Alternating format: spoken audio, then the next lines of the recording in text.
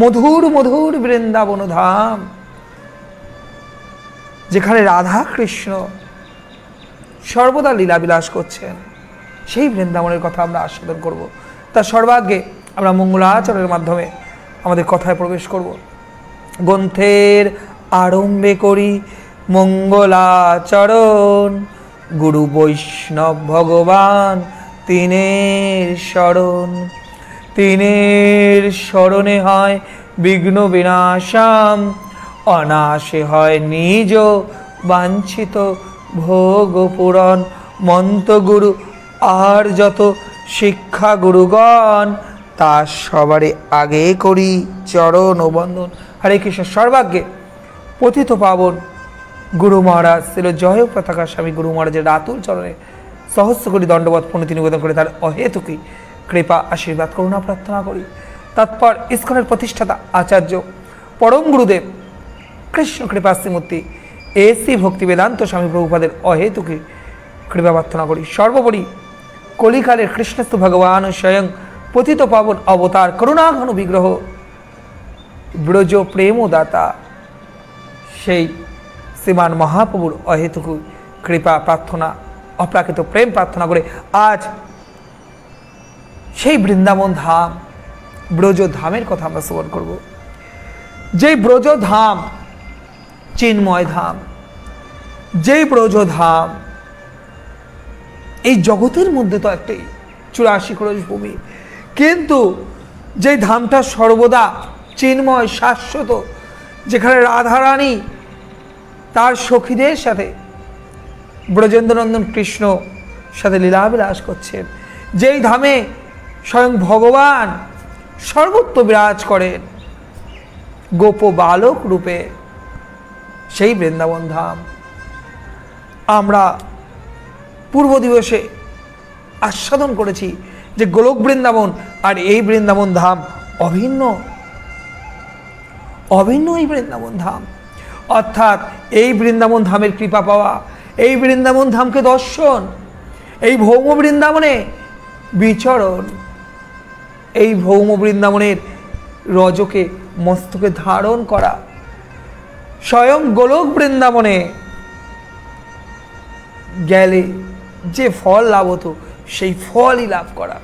অর্থাৎ গোলক বৃন্দাবন ও ভৌম বৃন্দাবন এই পৃথিবীর বৃন্দাবনের মধ্যে কোনো পার্থক্য নাই।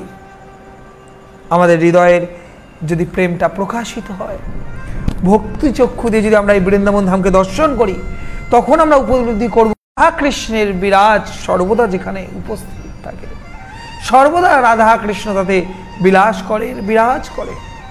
সেই বৃন্দাবন ধামের কথা, ব্রজধামের কথা। আর সেই ব্রজধামে সাধু মহাত্মারা, ভজনানন্দী সাধুরা কি করে সেই ব্রজধামে রাধা কৃষ্ণকে দর্শন পেয়েছিলেন, রাধা কৃষ্ণের কৃপা লাভ করেছিলেন, তাদের দর্শন লাভ করে তাদের জীবনকে ধন্য করেছেন। আর আমাদের মতো অধমকেও সেই সকল লীলা কথা, সেই সব কৃপার কথা আস্বাদন করবার সুযোগ দান করে গেছেন। আমাদের এই হৃদয়টা অত্যন্ত পঙ্কিলতা, কলুষতা, কলুষপূর্ণ এই হৃদয়, সর্বত্র মলিনতা বিরাজ করছে এই হৃদয়ে। তাই এই হৃদয়ে সহজে কৃষ্ণ ভক্তি, কৃষ্ণ প্রেম লাভ হয় না। এই মায়ার জগতের আকর্ষণে আমরা সর্বদা চঞ্চল হয়ে আছি, তাই মায়ায় বাস করছি। তো তাই ব্রজ প্রেম আমরা ঠিক মতো নিতে পারি না, ব্রজ প্রেমটা আমরা গ্রহণ করতে পারি না। বৃন্দাবনের যে প্রেম, আমাদের জীবনের যে উদ্দেশ্য, সেই উদ্দেশ্যটা আমরা হারিয়ে ফেলি। সর্বদা আমরা ক্ষমতার পিছনে ছুটছি, সর্বদা আমাদের স্বার্থ সিদ্ধি করার পিছনে ছুটছি, কিন্তু একবারও ভাবি না আমরা তো খালি হাতে এসেছি, আমরা তো খালি হাতেই ফিরে যাব।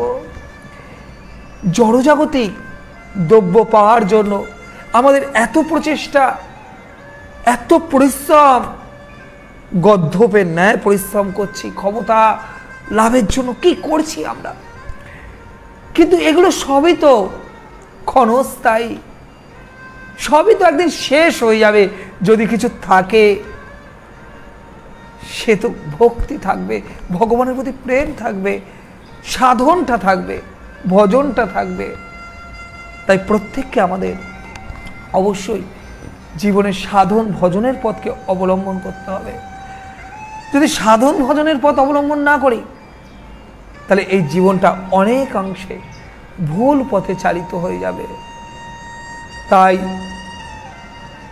সর্বদা মনে রাখতে হবে আমরা যেন যে কোনো উপায়ে কৃষ্ণ ভক্তি আস্বাদন করি।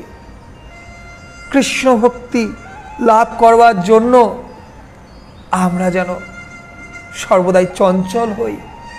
শুধুমাত্র এই জীবনকে জড়জাগতিক চাপার পিছনে বাহিত না করি, আমরা যেন রাধা কৃষ্ণর লীলা কথা, বিশেষ করে ব্রজ ধামের প্রেমের কথা আমরা আস্বাদন করতে পারি। আর আজ আমাদের আস্বাদনের বিষয় বৃন্দাবন লীলা অমৃত, সেই চিন্ময় ধামের কথা, যেই ধাম সর্বত্র ভজনানন্দী সাধুদের, মহাত্মাদের সাধন ক্ষেত্র হয়েছে, যা তাদের সাধনে উন্নতি করবার জন্য যে ধাম সর্বত্র সর্বোত্তম রূপে প্রতিষ্ঠিত হয়েছে জগতে, সেই বৃন্দাবন ধাম, সেই ব্রজধাম। আমরা সকলে নরোত্তম দাস ঠাকুরের কথা জানি। নরোত্তম দাস ঠাকুর রাজপুত্র, বাংলাদেশে আবির্ভূত হয়েছিলেন নিত্যানন্দ প্রভুর কলেবর ছিলেন নরোত্তম দাস ঠাকুর।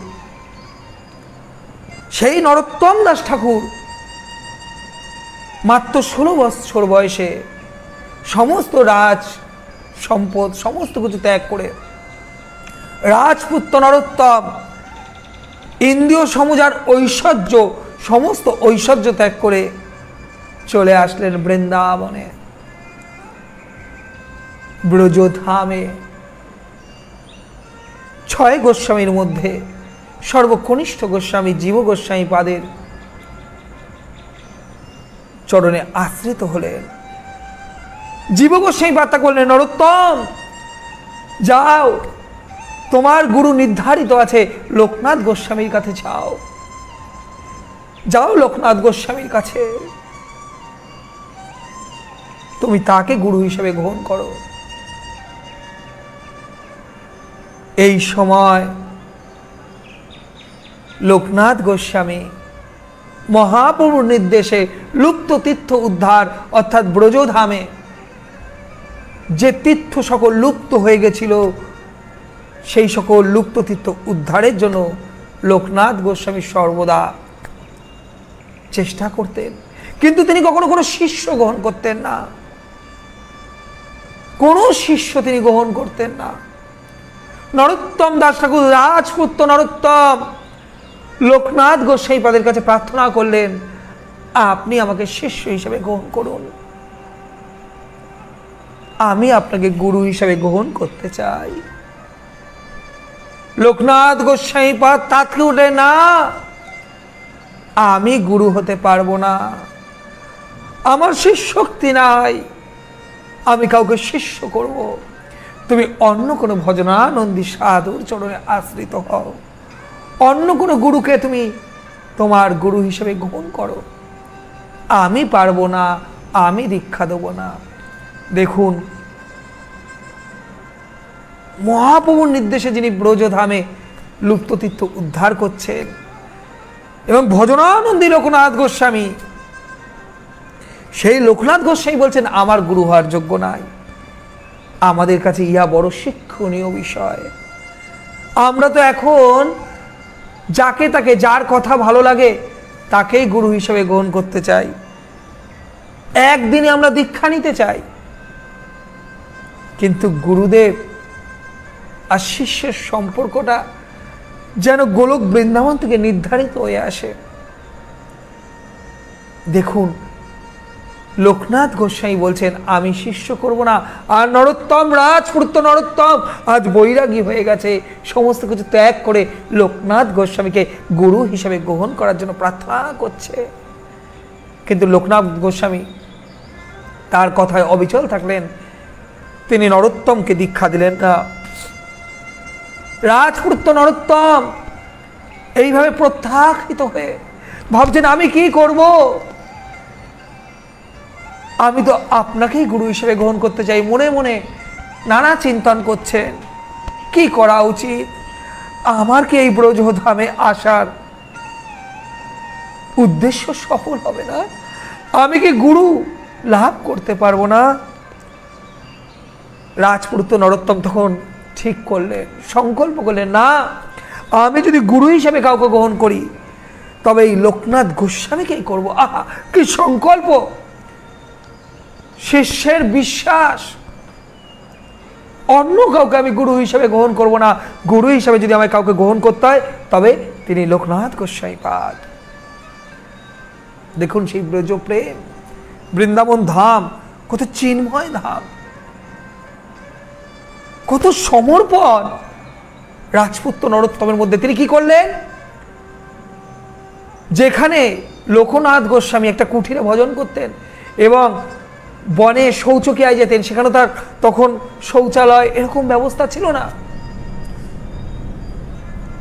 লোকনাথ গোস্বামী পাদ রাত্রিবেলা হয়তো ভোর 3:30-র সময় উঠে যে শৌচকর্মে যেতেন, যেই বনে, যখন শৌচকর্ম করে ফিরে আসতেন, রাজপুত্র নরোত্তম সেই যেখানে মলমূত্র তিনি ত্যাগ করেছেন, নিজ হস্তে সেই মলমূত্র একটি ঝাঁটা দিয়ে পরিষ্কার করতেন, গোবর জল ছিটিয়ে দিতেন, সেই জায়গাটা পরিষ্কার করতেন। এই সেবা রাজপুত্র নরোত্তম সেই সেবা বেছে নিলেন বৃন্দাবনে। একদিন যায়, 2 দিন যায়, 3 দিন যায়, লোকনাথ গোস্বামী এবার অবাক হয়ে যাচ্ছে, কি আমি যেখানে বিষ্ঠা ত্যাগ করি, শৌচকর্ম করি, সেই মলমূত্র কে পরিষ্কার করে? লোকনাথ গোস্বামী বুঝতে গেলেন কেউ একজন এই নিকৃষ্ট সেবা করছে। একদিন লোকনাথ গোস্বামী তাকে থাকলেন, কে করছে এই সেবা? আজ আমি তাকে হাতে নাতে ধরবো, কে আমার এই সেবা করে? প্রতিদিন আমি দেখছি মলমূত্র আমার পরিষ্কার করে গোবর জল দিয়ে ঝাঁটা দেওয়া আছে। একদিন লোকনাথ গোস্বামী লুকিয়ে থেকে দেখলেন কে এই কার্য করে, আর দেখলেন এই কার্য করছে সেই রাজপুত্র নরোত্তম, যেই নরোত্তম আমার কাছে দীক্ষা নিতে এসেছিল। আমি যাকে প্রত্যাহার করেছি, প্রত্যাঘাত, যাকে আমি দীক্ষা দিই নাই,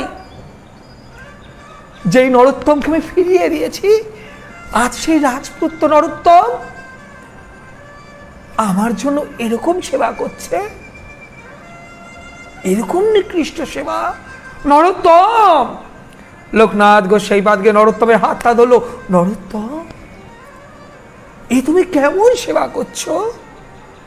আমাকে কেন তুমি অপরাধী ভাগী করছো? তুমি রাজপুত্র নরোত্তম, তুমি আমার মলমূত্র পরিষ্কার করছো। নরোত্তম বলছে, হে লোকনাথ গোস্বামী, আমি যে আপনাকেই গুরু হিসেবে গ্রহণ করেছি, আর শিষ্যর সর্বদা কর্তব্য গুরুদেবের সেবা করা, আমাকে এই সেবা থেকে বঞ্চিত করবেন না। আপনি আমাকে শিষ্য না মানলেও আমি তো আপনাকে গুরু হিসেবে গ্রহণ করেছি। লোকনাথ গোস্বামী পাদ যে অবিচল ছিলেন, কোনোদিন কাউকে শিষ্য করবেন না, আজ তিনি তার সেই সংকল্প ভঙ্গ করে দিলেন নরোত্তমের জন্য। যাও রাজপুত্র নরোত্তম, যাও যমুনায় স্নান করে আসো, আমি তোমাকে দীক্ষা দেব, আমি তোমায় দীক্ষা দেব নরোত্তম। দেখুন কি কঠোর সাধনা, কি কঠোর সংকল্প। আমি তো ঠিক করেছি আপনার থেকেই দীক্ষা নেব, আর কারো থেকে নয়। আমাদের মধ্যে কিন্তু এই সংকল্প নাই। আমরা দীক্ষা নেওয়ার জন্য চঞ্চল হয়ে পড়ি। কোনো গুরুদেবকে যদি আমাদের পছন্দ হয়, সেই গুরুদেব যদি বলে না তোমাকে দীক্ষা নিতে গেলে এগুলো পালন করতে হবে, আমরা কি করি? পালিয়ে যাই, খুঁজে বেড়াই কোথায় কম নিয়ম পালন করতে হবে, আর আমরা তার কাছ থেকে দীক্ষা নিই। দীক্ষাও তো সোজা বিষয় নয়। দীক্ষা আশ্রয় করিয়া যে ভজে কৃষ্ণ তারে কভু না ত্যাজে। যিনি একবার দীক্ষা নিয়ে নেন তাকে গোবিন্দ আমার কখনো ত্যাগ করেন না। দীক্ষাকালে শিষ্য করে আত্মসমর্পণ, সেই ক্ষণে কৃষ্ণ করে আত্মসম। যখনই আমরা দীক্ষা নিই, গুরুদেবের চরণে আত্মসমর্পণ করি, সেই সময় গোবিন্দ আমাকে আত্মসম করে নেয়, নিজের করে নেয়। আজ কি সংকল্প রাজপুত্র নরোত্তম, তার এই দৃঢ় সংকল্পের জন্য আজ লোকনাথ গোস্বামী যে সংকল্প নিয়েছিলেন, সেই সংকল্পকে ভঙ্গ করতে হলো তার যোগ্য শিষ্যের জন্য। তা নরোত্তম এইভাবে তার গুরুকে লাভ করলেন এবং গুরুর আশ্রয় থেকে, গুরুর চরণে থেকে তিনি এইভাবেই সাধন ভজনের পথে এগিয়ে যেতে থাকলেন। লোকনাথ গোস্বামী নরোত্তমকে জীব গোস্বামীর কাছেও পাঠাতেন। জীব গোস্বামী পাদ নরোত্তমের এই সমর্পণ ভাব দেখে জীব গোস্বামী পাদ নরোত্তমকে ঠাকুর উপাধিতে ভূষিত করলেন, যে তুমি আজ থেকে শুধু নরোত্তম নয়, তুমি তো নরোত্তম দাস ঠাকুর। ঠাকুর বিশেষণে বিশেষিত করলেন। আর নরোত্তম নানা শিক্ষা দিলেন জীব গোস্বামীপাদ ও লোকনাথ গোস্বামীপাদ দিয়ে শ্রীনিবাস আচার্যের কাছে পাঠালেন। শ্রীনিবাস আচার্যের কাছে গিয়ে নরোত্তম দাস ঠাকুর তার কাছ থেকে রাধারানীর কিভাবে সেবা করবে সেই সেবার প্রার্থনা করতে থাকলেন। শ্রীনিবাস ঠাকুর বললেন, যাও নরোত্তম, তুমি এই নিজ দেহকে সিদ্ধ দেহ মনে করে মঞ্জুরি ভাবে বৃন্দাবনের কুঞ্জের সেবা করো, রাধারানীর সেবা করো, এবং তুমি মানসিকভাবে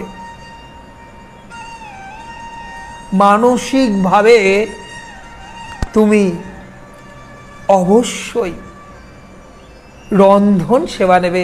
যখন রাধা কৃষ্ণ রাস লীলা করে ক্লান্ত হয়ে ফিরে আসবে, তখন নরোত্তম তুমি রন্ধন করে রাধারানীর সখীদেরকে দেবে।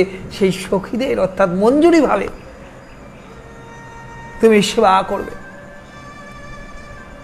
নরোত্তম দাস ঠাকুর এই নির্দেশ পালন করে মানুষে রাধা কৃষ্ণের সেবায় নিয়োজিত হলেন এবং ধ্যানে বসে গেলেন। ধ্যানমগ্ন হয়ে দুই চোখ তার বন্ধ, তিনি চিন্তন করছেন রাধা কৃষ্ণ আজ রাসলীলা করেছেন এবং রাসলীলা করে রাধা কৃষ্ণ সেই লীলাবিলাস করে রাধা কৃষ্ণ এইবার আসবেন নরোত্তমের কাছে, অর্থাৎ রাধা কৃষ্ণের জন্য নরোত্তম রন্ধন করে ভগবানকে দেবেন। সেই মানুষে সেই সেবা নিয়ে নরোত্তম কি করেছেন, দুধ বসিয়েছেন, পায়েসান্ন রান্না করবেন। কার জন্য, রাধাকৃষ্ণ। এবং কিভাবে, মনে মনে ধ্যানে মানুষে সেবা করছেন, ভাবছেন রাধাকৃষ্ণ করে রাসলীলা করছে, এইবার রাধাকৃষ্ণ তো এক্ষুনি আসবে, এবার রাধাকৃষ্ণ সেবার জন্য পায়েসান্ন দেওয়া হবে। তার জন্য দুধ মনে মনে একটা উনুনে গরম পাত্রে দুধ বসিয়েছে। আর নরোত্তম ভাবছেন, দুধ বসিয়ে রাধাকৃষ্ণের কথা চিন্তন করছেন যে রাধাকৃষ্ণ কি অপূর্ব রাসলীলা করছে, কি অপূর্ব কথোপকথন রাধাকৃষ্ণের মধ্যে। রাধারানী কৃষ্ণকে কটাক্ষ করছে, আমার গোবিন্দ রাধারানীকে কটাক্ষ করছে, এক অপূর্ব লীলা। তা নরোত্তম যখন সেই দিকে মনোযোগ দিয়েছেন, হঠাৎ করে নরোত্তম দেখছে একটা পোড়া গন্ধ, তাকিয়ে দেখছে সেই দুধের পাত্র থেকে দুধ উতলে যাচ্ছে, দুধ উতলাচ্ছে। মানুষে যেই এই অবস্থা দেখেছেন, দুধ উতলে যাচ্ছে, সাথে সাথে নরোত্তম আর কোনো দিশা না পেয়ে ছুটে এসে ওই গরম পাত্রটায় নিজে ধরে ফেলেছেন এবং গরম ছ্যাঁকা খেয়ে তার হাতে গরম দুধ পড়েছে। আর হঠাৎ করে নরোত্তম তাকে উঠেছেন, ঘুম থেকে উঠে দেখছেন, এতক্ষণ ধ্যানে ছিলেন, ধ্যান থেকে ভেঙে দেখছেন যে হাতে যে হাতে সেই দুধ পড়েছিল সেই হাতটা ছেঁকা খেয়ে গেছে, ফোসকা পড়ে গেছে। ভাবুন ভজনের কত শক্তি। শুধুমাত্র চিন্তন করছেন, ধ্যান করছেন, চিন্তন ধ্যান করে নরোত্তম স্বপ্নেতে যে রাধাকৃষ্ণের জন্য যে গরম দুধ তার হাতে পড়েছিল, নরোত্তম সেই ধ্যানমগ্ন অবস্থা থেকে চেতনায় ফিরে দেখছেন সত্য সত্যই তার হাতে ছেঁকা পড়ে গেছে,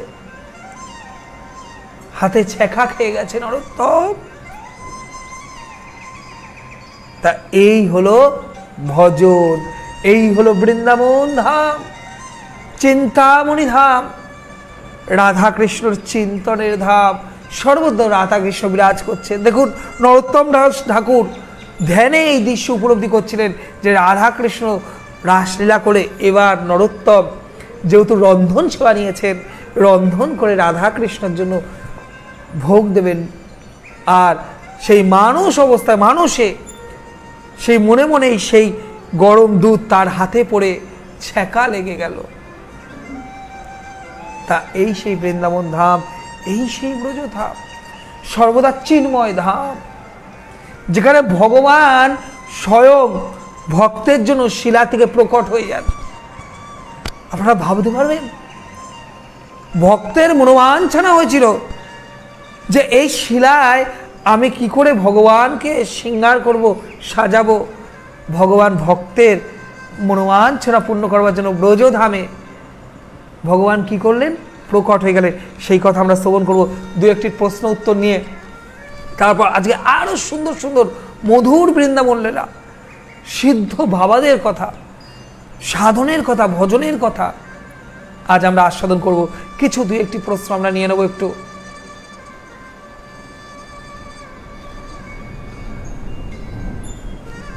প্রসেনজিৎ সাহা প্রভু প্রশ্ন করছেন, হরে কৃষ্ণ প্রভু, মনের আনন্দ কোথায়? অদৃষ্টের ফল ভোগ কিভাবে সমাপ্ত হতে পারে? দেখুন প্রভু, মনের আনন্দটা কি? মনের আনন্দ খুঁজে নিতে হয়, মনে রাখতে হবে। আপনি অদৃষ্টের ফল বলছেন না, কেউ অদৃষ্টের ফলে, কেউ কর্মফলের ফলে। অদৃষ্টের ফল কেন আমাদের জীবনে নেমে আসে? আমাদের কর্মফলের কারণে। তা সেই কর্মফলের কারণে কেউ থাকে গাছতলায়, কেউ থাকে পাঁচতলায়। তা পাঁচতলায় থেকেও লোকে সুখ পায় না, আবার গাছতলা থেকেও লোকে সুখ পেতে পারে। আপনারা জানবেন একবার এক রাজা এক ভিখারিকে দর্শন করছিলেন এবং দর্শন করে দেখছেন ভিখারি কি করছেন, ভিক্ষা করছেন দ্বারে। তা এক বাড়িতে ভিক্ষা পেয়েছেন, পোটলাই নিয়ে সেই ভিখারি চলে যাচ্ছেন। তখন সেই রাজামশাই সেই ভিখারিকে ডাকছেন, ও রাজামশাই। এই ভিখারিকে ডাকছেন, ও ভিখারি ভাই, ও ভিখারি ভাই, তুমি এক বাড়িতে ভিক্ষা করে চলে যাচ্ছ কেন? এখানে আরো ভালো ভালো ঘর আছে, যাও, আরো বেশি বেশি করে সম্পদ পাবে। তখন সেই ভিখারি হাসছে, ভিখারি হাসছে, না না, আমি আজ আর ভিক্ষা করব না, আমার এইটুকুতেই আমার যথেষ্ট, আমি এতটুকুতেই খুশি। আজ আমি যেটুকু পেলাম ভিক্ষা করে এইটাতেই আমি খুশি, এটাই আমি রন্ধন করে ভগবানকে ভোগ দেবো, আমার আর বেশি কিছু নাই, বেশি কিছু প্রয়োজন নাই। বোঝা গেল? রাজামশাই অবাক, কি আনন্দ তার! এই কথাগুলোকে স্বতঃস্ফূর্তভাবে বলছে, কত আনন্দের সহিত বলছে, কিন্তু রাজামশাই তো এত আনন্দ পায় না। তার এত সম্পদ, এত দাসদাসী, এত অর্থ, তার মনে কেন এই আনন্দ নেই? আর এই ভিখারির মনে কত আনন্দ! তাই মনের আনন্দটা তো নিজের উপর, সর্বদা নিজেকে জানাতে হবে যে আমি খালি এসে ব্রহ্ম জিজ্ঞাসা করতে হবে, আমি কে? আর আমি তো খালি হাতে এসেছি। কেন আমার এত চাওয়া? কেন আমার এত চাওয়া পাওয়া? কেন আমার এত আসক্তি? এই সংসারটা কি নিত্য সংসার? এই সংসারটাকে আমি নিয়ে চলে যাব? কেন আমি অর্থের পিছনে ছুটছি? কেন আমি অতৃপ্ত? মনের আনন্দটা চলে যায় অতৃপ্ত ভাব থেকে, জাগতিক অতৃপ্ত থেকে মনের আনন্দ চলে যায়। আর যদি কেউ ভজন পথে অতৃপ্ত থাকে তবে তার আনন্দ বর্ধন হতে থাকে। এই তফাৎ জাগতিক জীবনের সাথে ভজন জীবনে। তাই সর্বদা এটা মনে রাখতে হবে, সর্বদা মনে রাখতে হবে। আমরা মনের আনন্দে আমরা নিজেরাই খুঁজে নিতে পারি। মনের আনন্দ তো মনেই আছে, আমরা আনন্দটাকে না লাভ করে আমরা সর্বদা দুঃখের পিছনে ছুটছি। কত আনন্দ আমাদের জীবনে, এর থেকে বড় আনন্দ কি হতে পারে? দুর্লভ মনুষ্য জন্ম পেয়েছি, দুর্লভ মনুষ্যতনু পেয়েছি, যে মনুষ্যতনু পেয়ে কৃষ্ণ ভজনা করতে পারবো, গোবিন্দ সেবায় নিয়োজিত হতে পারবো। আশেপাশে শুধু যদি তাকিয়ে দেখি, কত জীব যারা গোবিন্দর সেবা করতে পারছে না। রাস্তার কুকুরটির দিক তাকিয়ে দেখুন, রাস্তার বিড়ালটির দিক তাকিয়ে দেখুন, আর নিজেকে প্রশ্ন করুন, আপনি কত সৌভাগ্যবান, আমি কত সৌভাগ্যবান। আমরা তো মনুষ্যতনু পেলাম, উন্নত চেতনা পেলাম, আমরা আমাদের ইন্দ্রিয় দিয়ে কৃষ্ণ ভজনা করতে পারবো, তাও আমরা সুখী না। সর্বশ্রেষ্ঠ জীব এই মনুষ্য দেহ পাখি অত সোজা। এই জগৎ সংসারে কত প্রাণী আছে, কুকুর, বিড়াল, ছাগল, তারা তো আমাদের মতো গোবিন্দকে ডাকতে পারে না। তারা তো এরকম সৌভাগ্য পায়নি, তবু আমরা আজকে অতৃপ্ত, তবু আমরা খুশি হতে পারছি না, তবু আমাদের নেই আর নেই। তাই আপনার যা আছে তাতে খুশি হন, কি নেই তাতে চিন্তিত হবেন না। আপনার যা আছে অনেকের তা নেই, এই ভাবটা বিরাজ করুন, অল্পেতে খুশি হন, দেখবেন আনন্দ পাবেন। আর অদৃষ্টর ফল, যখনই আনন্দ পাবেন তখনই অদৃষ্টর ফল কেটে যাবে। আমরা আরো কিছু প্রশ্ন নেব। दीपक, मेरा यही कोई गुरु नहीं है तो क्या मैंने भोले बाबा को गुरु मान सके? देख दीपक, देखो ये तो मन का मन, it is depend on your mind definitely. लेकिन भोले बाबा মহাদেব তিনি একজন দেবাদিদেব, তাই আমাদের মধ্যে সেই শুদ্ধতা নেই, वो योग्यता, वो कॉम्पिटेंसिया नहीं है हम लोग का। इसलिए ऐसा सौभाग्यवान होना बहुत कम है जो भोले बाबा को गुरु हिसाब से ग्रहण कर सकते। बहुत बड़ा भोले बाबा बहुत बड़ा तत्व है। तो दीपक, भगवान हम लोग को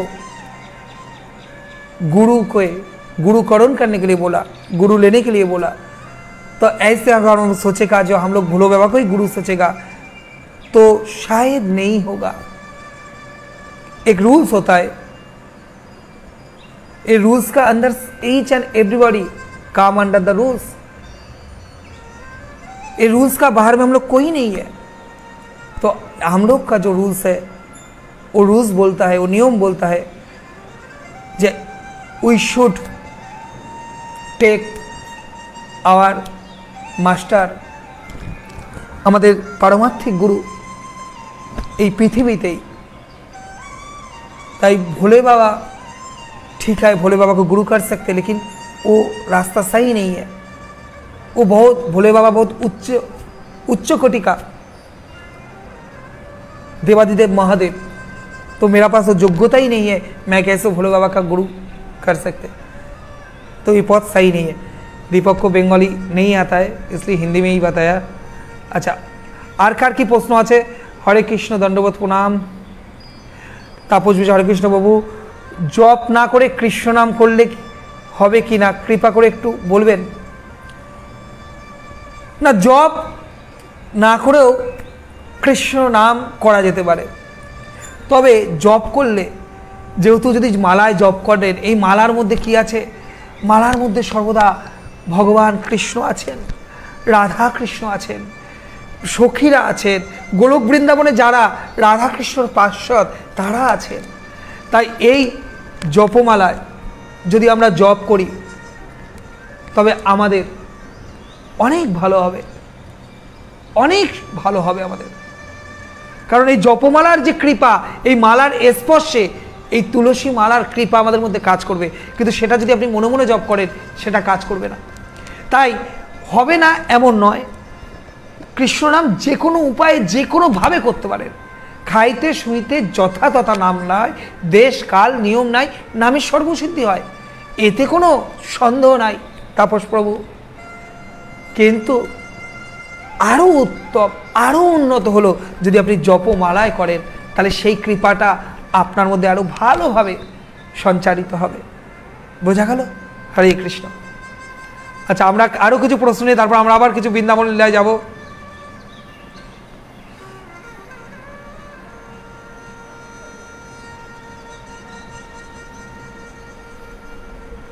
প্রভু আপনার চরণে দণ্ডবাদ প্রণাম। প্রভু, একাদশীতে মতে অন্নব্রত কি সাবান স্নো দেওয়া যায় না? সাধারণত উপবাস করলে এইসব সাবান স্নো না দেওয়াই ভালো, তবে সেরকমভাবে নির্দেশ অত পালন নেই। তবে একাদশীতে এটা সম্পূর্ণরূপে বর্জন, ঠিক আছে? তো অন্য যে ব্রতগুলো আছে সেগুলো তো সাধারণত এরকম নির্দেশ নেই, তাই সেটা আপনি ব্যবহার করতেও, সাবান স্নো ব্যবহার করতেও পারেন, নাও করতে পারেন। তবে একাদশী ব্রতের ক্ষেত্রে কখনোই এই সকল প্রসাধনী ব্যবহার করা যাবে না। বোঝা গেল মাতাজি? যদি আপনি একাদশী ব্রতর লজিকে সেটা করেন তো এটা উত্তম হবে, ভালো হবে, কিন্তু এমন কোনো বাধ্যতামূলক নাই। একাদশী ব্রতর দিন বাধ্যতামূলক, একাদশী ব্রতর দিন প্রসাধনী ইউজ করা যায় না, ব্যবহার করা যায় না।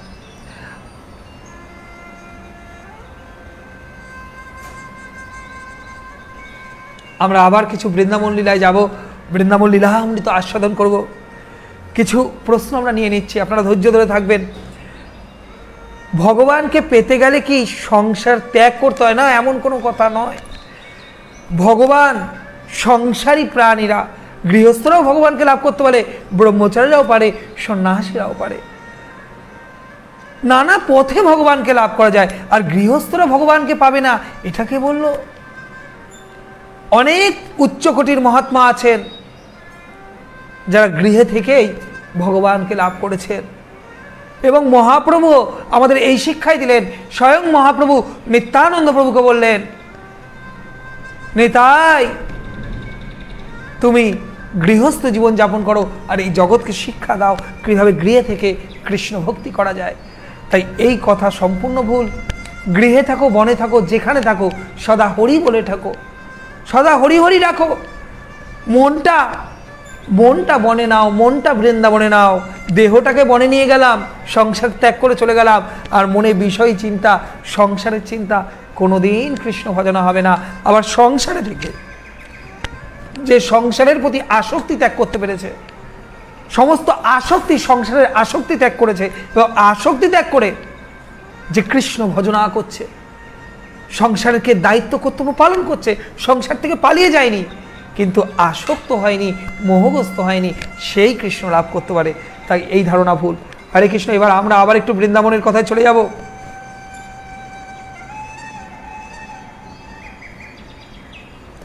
সুমণ্ডয়, গুরু সেবা কিভাবে করব?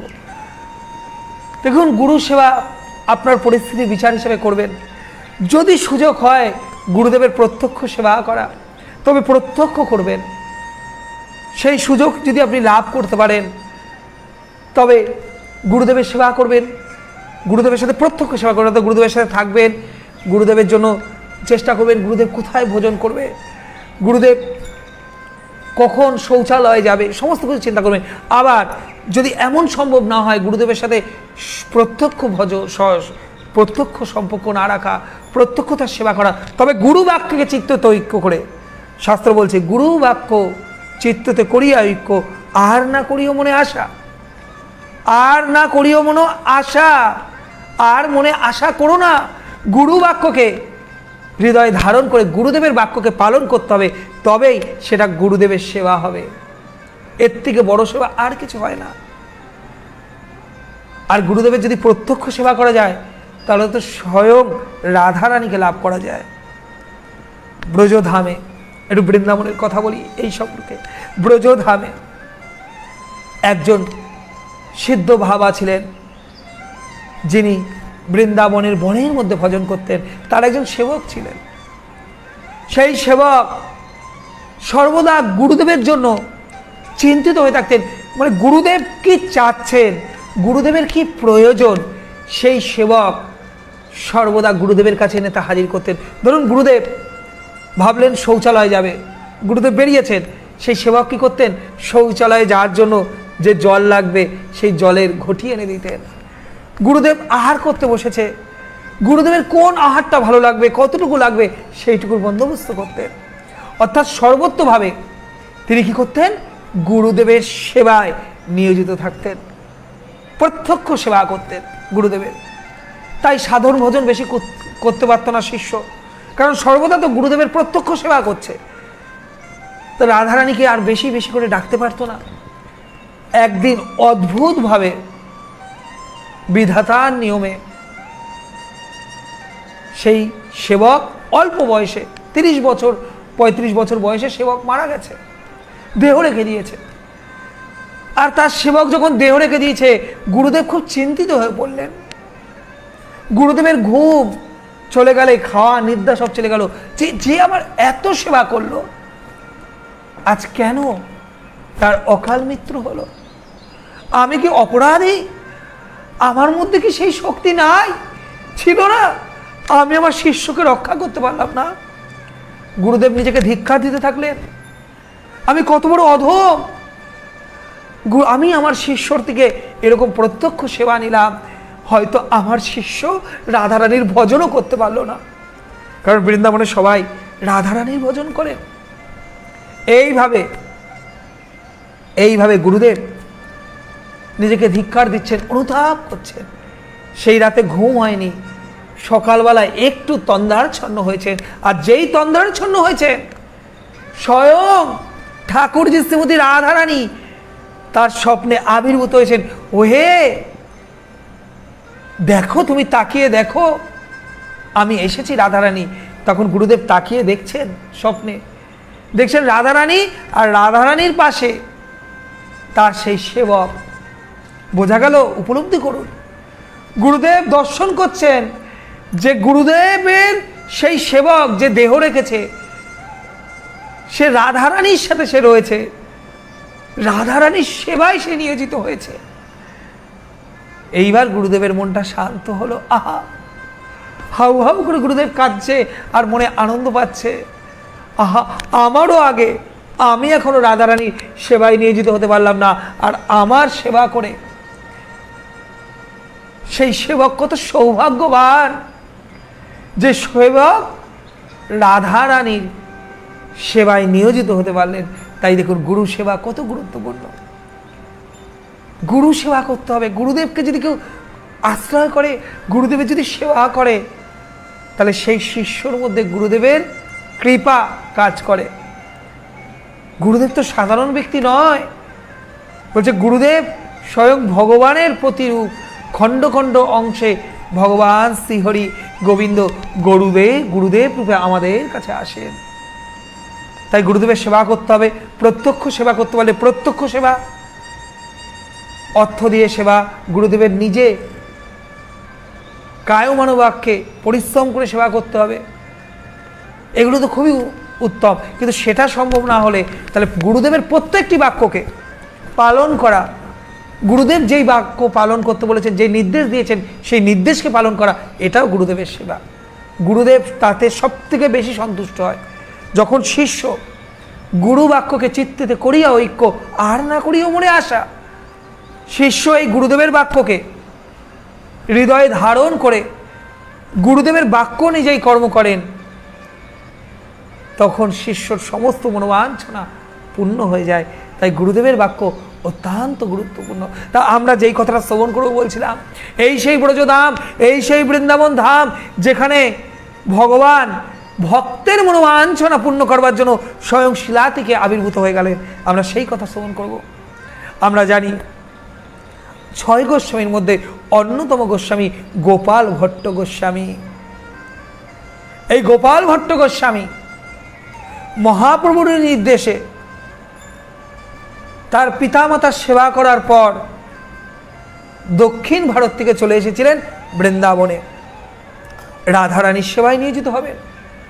এবং সেই সময় মহাপ্রভু অন্তর্ধান করেন, অর্থাৎ মহাপ্রভু তার লীলাকে সংবরণ করেন। এই সংবাদ গোপাল ভট্ট গোস্বামীর কাছে পৌঁছে গেছিল বৃন্দাবনে। আর গোপাল ভট্ট গোস্বামী কি করতেন? সর্বদা ভাবতেন মহাপ্রভু আমার কাছে আসবেন বলেছিলেন, এই তো মহাপ্রভু আমার কাছে আসছেন। তা এইভাবে মহাপ্রভুকে সর্বদা স্বপ্নে চিন্তনে দর্শন করতেন এবং তিনি উপলব্ধি করলেন যে মহাপ্রভু তাকে নির্দেশ দিয়েছেন, গোপাল ভট্ট যাও, তুমি নেপালে যাও, তুমি নেপালের দিকে যাও। তা যখন তিনি নেপালের দিকে যাচ্ছেন সেই সময় বিখ্যাত গণ্ডকী নদীতে স্নান করতে নেমেছেন। যখন স্নান করতে নেমেছেন হঠাৎ করে লক্ষ্য করলেন কিছু শিলা তার কাছে আসছে। তা প্রথমে ভাবলেন হয়তো শিলাগুলো এমনি এমনি ভেসে আসছে, শিলাগুলো সরিয়ে দিলেন। আবার স্নান করতে ডুব দিয়েছেন, যেই ডুব দিয়েছেন তার যে পাত্র ছিল সেই পাত্রর মধ্যে আবার শিলাগুলো চলে আসলো। যতই শিলাগুলো সরিয়ে দেয় শিলাগুলো চলে আসে। গোপাল ভট্ট গোস্বামীর আর বুঝতে অসুবিধা হলো না যে এ তো স্বয়ং ভগবানের কৃপা, ও মহাপ্রভু এর জন্যই আমাকে নেপাল যাত্রা করতে বলেছিলেন। এবার আমি বুঝতে পারছি। তা গোপাল ভট্ট গোস্বামী কি করলেন, সেইখানে 12টি শিলা তার কাছে চলে এসেছিল। তিনি সেই 12টি শিলা নিয়ে এসে এই ব্রজধামে, এই বৃন্দাবনে সেই 12টি শিলার সেবা পুজো দিতেন। তা গোপাল ভট্ট গোস্বামী এইভাবে শিলার পুজো দেন। আর সেই সময় অন্যান্য গোস্বামীও ছিলেন, অন্যান্য গোস্বামীরা সেই সময় ছিলেন বৃন্দাবনে। তা ওই বৃন্দাবনে এক ধনবান শেঠ এসেছিল, ভক্ত শেঠ। তা সেই শেঠ কি করছিলেন, প্রত্যেক ভক্তকে তার বিগ্রহ সেবার জন্য কিছু বস্ত্র দিচ্ছিলেন, অলংকার দিচ্ছিলেন। অন্যান্য যে গোস্বামী আছে তাদেরকে দিলেন, অন্যান্য ভক্তদের দিলেন, অর্থাৎ ভজনানন্দী সাধুদের তিনি কি করলেন, সেই শেঠ বস্ত্র অলংকার এসব দিচ্ছিলেন, অর্থ দিচ্ছিলেন যাতে তার ভগবানের সেবা করতে পারে। তা গোপাল ভট্ট গোস্বামীর কাছেও তাকে দিয়ে দিলেন।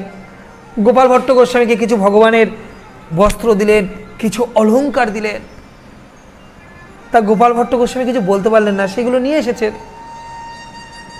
কিন্তু নিয়ে এসে এবার ভাবছেন, ভগবান আমি কত হতভাগা, সবাই তার বিগ্রহকে বস্ত্র পরায়, অলংকার পরায়, সাজায়, আমি কত হতভাগা। তুমি তো শিলা রূপে রয়েছে আমার কাছে, এই শিলার মধ্যে আমি কি করে অলংকার পরাবো, কি করে বস্ত্র পরাবো।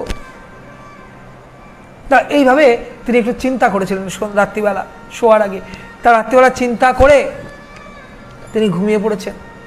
অল্প সময়ের জন্য ঘুমাতেন গোস্বামীরা। আর এই ভক্তের বেদনা, এই ভক্তের ডাক ভগবান শুনে ফেলেছে, আর ঠিক থাকতে পারেনি। ও তুমি আমাকে শৃঙ্গার করাতে চাও, তুমি আমাকে বস্ত্র পরাতে চাও, তুমি আমাকে অলংকার পরাতে চাও, আচ্ছা আমি যদি সত্য সত্যই সেই রূপে তোমার কাছে আসি। ভগবান দেখুন চঞ্চল হয়ে যায় ভক্তের মনোবাঞ্ছনা পূর্ণ করবার জন্য। এটাই ভগবানের ভক্তের গুণ, ভগবানের এইটাই ভক্তের এই গুণ। এই ভক্তের এই গুণের জন্য ভগবান চঞ্চল হয়ে যায়। আজ গোপাল ভট্ট গোস্বামী তার মনে একটু মনোবাসনা করেছিল, দুঃখ পেয়েছিল, আর আমার গোবিন্দ চঞ্চল হয়ে পড়লেন। সকালবেলা যখন তিনি স্নান করে এসেছেন, এসে এক অদ্ভুত কাণ্ড দেখছেন। অদ্ভুত কেন অদ্ভুত? দেখছে ওই 12টি শিলার মধ্যে একটা শিলা থেকে একটি বিগ্রহ, অপূর্ব বিগ্রহ, রাধারমণ বিগ্রহ আবির্ভূত হলেন। তা কেন রাধারমণ হলেন? এই শিলা থেকে আবির্ভূত হয়েছিলেন। তখন গোপাল ভট্ট গোস্বামী বুঝতে পারলেন যে ভগবানের কত কৃপা, মহাপ্রভুর কত কৃপা। তা খুব আনন্দের সহিত তিনি সেই বিগ্রহ শৃঙ্গার করলেন, বস্ত্র পরালেন, অলংকার পরালেন। তার মনে যে দুঃখটা ছিল যে আমার কোনো বিগ্রহ নাই, তাই আমি বিগ্রহ সেবা করতে পারছি না, তাহলে মনের এই দুঃখটা চলে গেল। এবং সমস্ত গোস্বামীরা এসেছিলেন, রূপ গোস্বামী, সনাতন গোস্বামী, তারা খুব আনন্দ করে এই রাধারমণ ভগবানের অভিষেক করলেন এবং অনুষ্ঠান উদযাপন করলেন অপূর্ব আনন্দ করে। এইভাবে স্বয়ং ভগবান রাধারমণ, আপনারা বৃন্দাবনে গেলে, ব্রজধামে গেলে রাধারমণ মন্দির দেখতে পাবেন।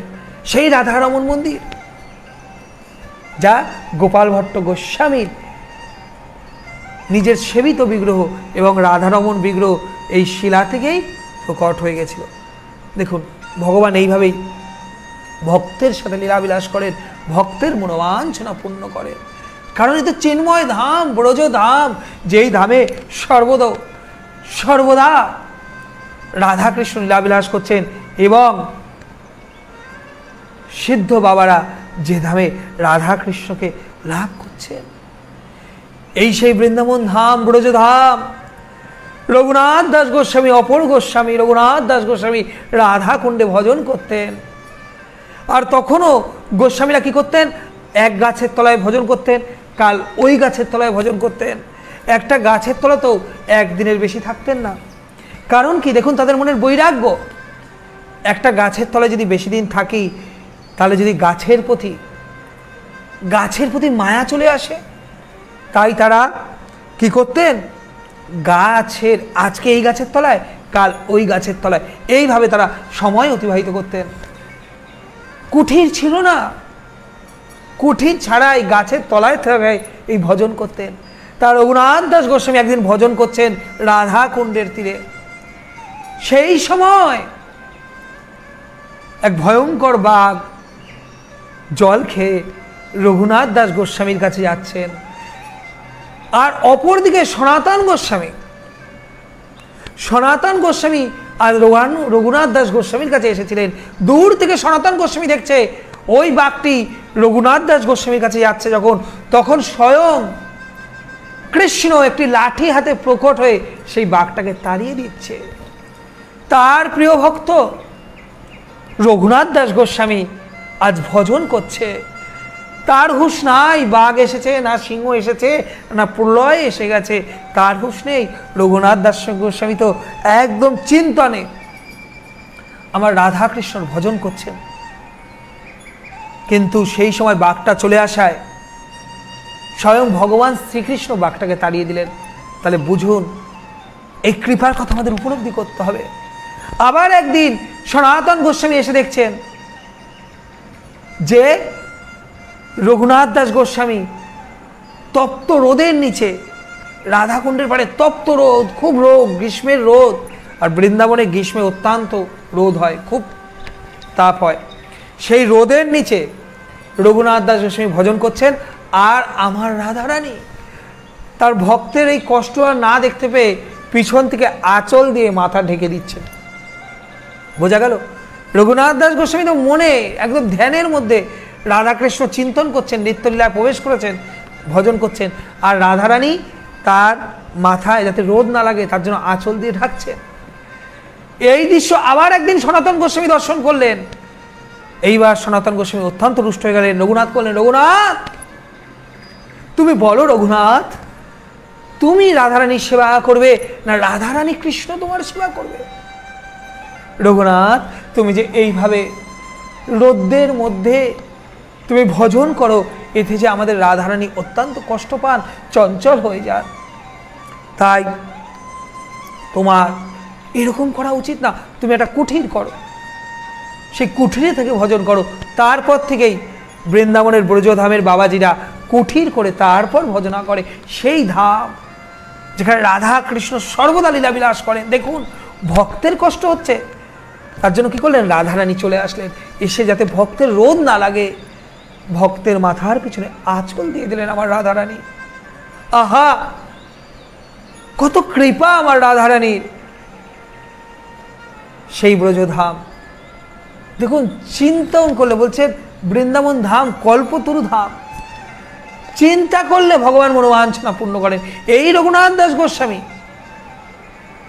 একদিন মনে আশা করেছিলেন, আহা এই রাধাকুণ্ড শ্যামকুণ্ড, অর্থাৎ রাধাকুণ্ড শ্যামকুণ্ডের পাড়ে রঘুনাথ দাস গোস্বামী ভজন করতেন। কিন্তু রাধাকুণ্ড শ্যামকুণ্ড একটু সুপ্ত হয়ে গেছিল, অর্থাৎ লুকিয়ে গেছিল, আচ্ছাদিত হয়ে গেছিল।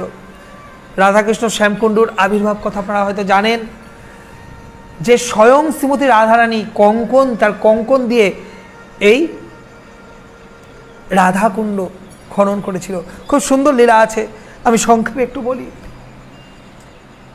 যে এই রাধাকুণ্ড শ্যামকুণ্ড দেখবেন, এখনও যদি আপনারা যান রাধাকুণ্ডে দেখবেন কত বাবাজি সম্প্রদায় বাঙালি ভক্তরা সেই রাধাকুণ্ডে ভজন করে অত্যন্ত আনন্দ পান। ভজনী নন্দী ভজনশীল বাবারা, ভজনশীল ভক্তরা রাধাকুণ্ডে দর্শনে যায় কেন? তা রাধাকুণ্ড আর শ্যামকুণ্ডের প্রতি খুব সুন্দর একটি কথা আছে। একবার অরিষ্ঠাসুর কংসের নির্দেশে কৃষ্ণকে বধ করবার জন্য চলে এসেছিলেন এই ব্রজধামে। আর অরিষ্ঠাসুর কি রূপ নিয়েছিলেন? অরিষ্ঠাসুর ষাঁড়ের রূপ নিয়েছিলেন, অর্থাৎ বৃষ রূপ ধারণ করেছিলেন, ষাঁড়ের। আর ষাঁড়ের রূপ ধারণ করে, ভয়ঙ্কর এক ষাঁড়ের রূপ ধারণ করে রণহুঙ্কার দিচ্ছেন। কৃষ্ণ বলছেন, ও অরিষ্ঠাসুর, ও তুমি আমাকে রণহুঙ্কার দিচ্ছ। কৃষ্ণ রণহুঙ্কার দিয়ে উঠলেন। অরিষ্ঠাসুর এক ভয়ঙ্কর ভয়ঙ্কর ষাঁড়ে পরিণত হলেন। কৃষ্ণ কি করলেন? তার লেজটা ধরে মুড়িয়ে, তার শিংটা বেঁকিয়ে অরিষ্ঠাসুরকে ধরে ছুঁড়ে ফেলে অরিষ্ঠাসুরকে বধ করে দিলেন। অরিষ্ঠাসুর বধ হয়ে গেছে। এই অরিষ্ঠাসুর বধ হওয়ার পরবর্তী সময় অরিষ্ঠাসুর পা, মানে বড় অসুর তো, ষাঁড়ের রূপ নিয়েছিলেন তো, তা সেই সময় অনেক গর্ত হয়ে গেছিল বৃন্দাবনে, বড় বড় পায়ের চাপে। তা এই সংবাদ যখন পেলেন আমার শ্রীমতী রাধারানী ও ব্রজ সখীরা, তারা ছুটে আসলেন। ছুটে এসে বলছেন, কৃষ্ণ তোমাকে প্রায়শ্চিত্ত করতে হবে, তোমার প্রায়শ্চিত্ত করতে হবে কৃষ্ণ। কৃষ্ণ বলছেন, কেন? কেন রাধে, ও ব্রজগোপী, কেন আমাকে প্রায়শ্চিত্ত করতে হবে? তখন রাধারানী বললেন, কেন কৃষ্ণ? ইন্দ্রদেব বৃত্তাসুরকে বধ করে প্রায়শ্চিত্ত করেছিল, আর তুমি এই যে গো হত্যা করলে, অর্থাৎ বৃষরূপ ষাঁড়রূপ অসুরকে বধ করলে। যদিও এই ষাঁড়টি একটি অসুর, তবু এই ষাঁড় হত্যার, এই গো হত্যার পাপ তোমাকে বহন করতে হবে, তাই তোমাকে প্রায়শ্চিত্ত করতে হবে। তখন আমার কৃষ্ণ রাধা রানীর দিকে কটাক্ষের হাসি দিয়ে বলে, তাই রাধে, আচ্ছা কি প্রায়শ্চিত্ত করতে হবে? তখন রাধা রানী ব্রজগোপীরা বলল, তোমাকে সমস্ত তীর্থে ভ্রমণ করতে হবে, তুমি যাও সমস্ত তীর্থে তীর্থে ভ্রমণ করে আসো। এইভাবে যখন তীর্থে ভ্রমণের কথা বলেছে, তখন কৃষ্ণ বলছে, ও এই সামান্য ব্যাপার, আচ্ছা আমি তীর্থে ভ্রমণ করে তীর্থে স্নান করলে আমার পাপ থেকে মুক্ত হয়ে যাব। রাধারানী বলছেন, হ্যাঁ এই তো এবার কৃষ্ণকে সমস্ত তীর্থ স্নান করতে পাঠাবো, সবই খেলা ছলনা। তখন কৃষ্ণ বলছেন, তাই, আচ্ছা যদি সমস্ত তীর্থ এখানে চলে আসে? রাধারানী বলছে, এবার এরকম হয় নাকি কৃষ্ণ, সমস্ত তীর্থ তোমার কাছে চলে আসবে? তা সেই সময় কৃষ্ণ কি করলেন? তার বাঁশি দিয়ে ওই যে অরিষ্ঠাসুরের পায়ের গর্ত ছিল সেইখানে খুঁড়তে থাকলেন এবং একটা কুণ্ড বানিয়ে ফেললেন, যেই কুণ্ডটা আজকের শ্যামকুণ্ড। দেখবেন রাধাকুণ্ড শ্যামকুণ্ড পাশাপাশি। এবং কুণ্ডটাকে বানিয়ে ভগবান শ্রীকৃষ্ণ সমস্ত তীর্থকে আহ্বান করলেন, অর্থাৎ সেই কুণ্ডের মধ্যে নর্মদা, গোদাবরী, কাবেরী, গঙ্গা, যমুনা সমস্ত তীর্থ সেই কুণ্ডের মধ্যে এসে উপস্থিত হলেন, ভগবানকে প্রণাম করেন এবং প্রণাম করে কুণ্ডের মধ্যে প্রবেশ করেন। অর্থাৎ সমস্ত তীর্থ কুণ্ডের মধ্যে চলে আসলো। আর আমার কানাই কি করলেন? কৃষ্ণ সেই কুণ্ডের মধ্যে স্নান করে এবার রাধারানীকে বলছেন, রাধে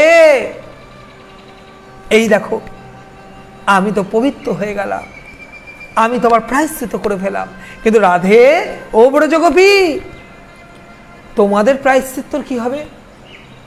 কারণ তোমরা যেই ভূমিতে আছো সেই ভূমিতেই তো গোহত্যা হয়েছে, অর্থাৎ অরিষ্ঠাসুর ষাঁড়রূপী অরিষ্ঠাসুর বধ হয়েছে, তাই তোমাদেরকেও তো প্রায়শ্চিত্ত করতে হবে। তখন রাধারানী ও ব্রজগোপীরা বলছে, আমাকে কি প্রায়শ্চিত্ত করতে হবে? তখন কৃষ্ণ সেই একই কথা বলল, তোমাদেরও তো সমস্ত তীর্থে স্নান করতে হবে,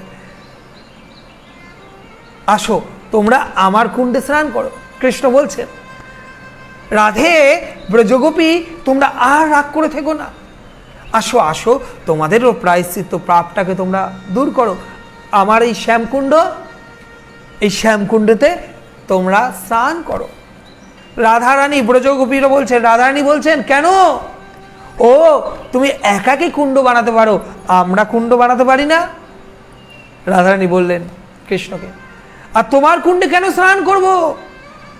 তুমি এই অরিষ্ঠাসুর এইকে বধ করে, এই ষাঁড়কে বধ করে যে পাপ তুমি সঞ্চয় করেছিলে, সেই পাপ এই তোমার এই কুণ্ডে স্নান করে ওই পাপ ওখানে ধুয়ে এসেছো। আমরা যদি এই কুণ্ডে স্নান করি, শ্যামকুণ্ডে, তাহলে তো আমাদেরও পাপ লেগে যাবে। না না, আমরা তোমার কুণ্ডে যাব না, আমরা নিজেরাই কুণ্ড খনন করব।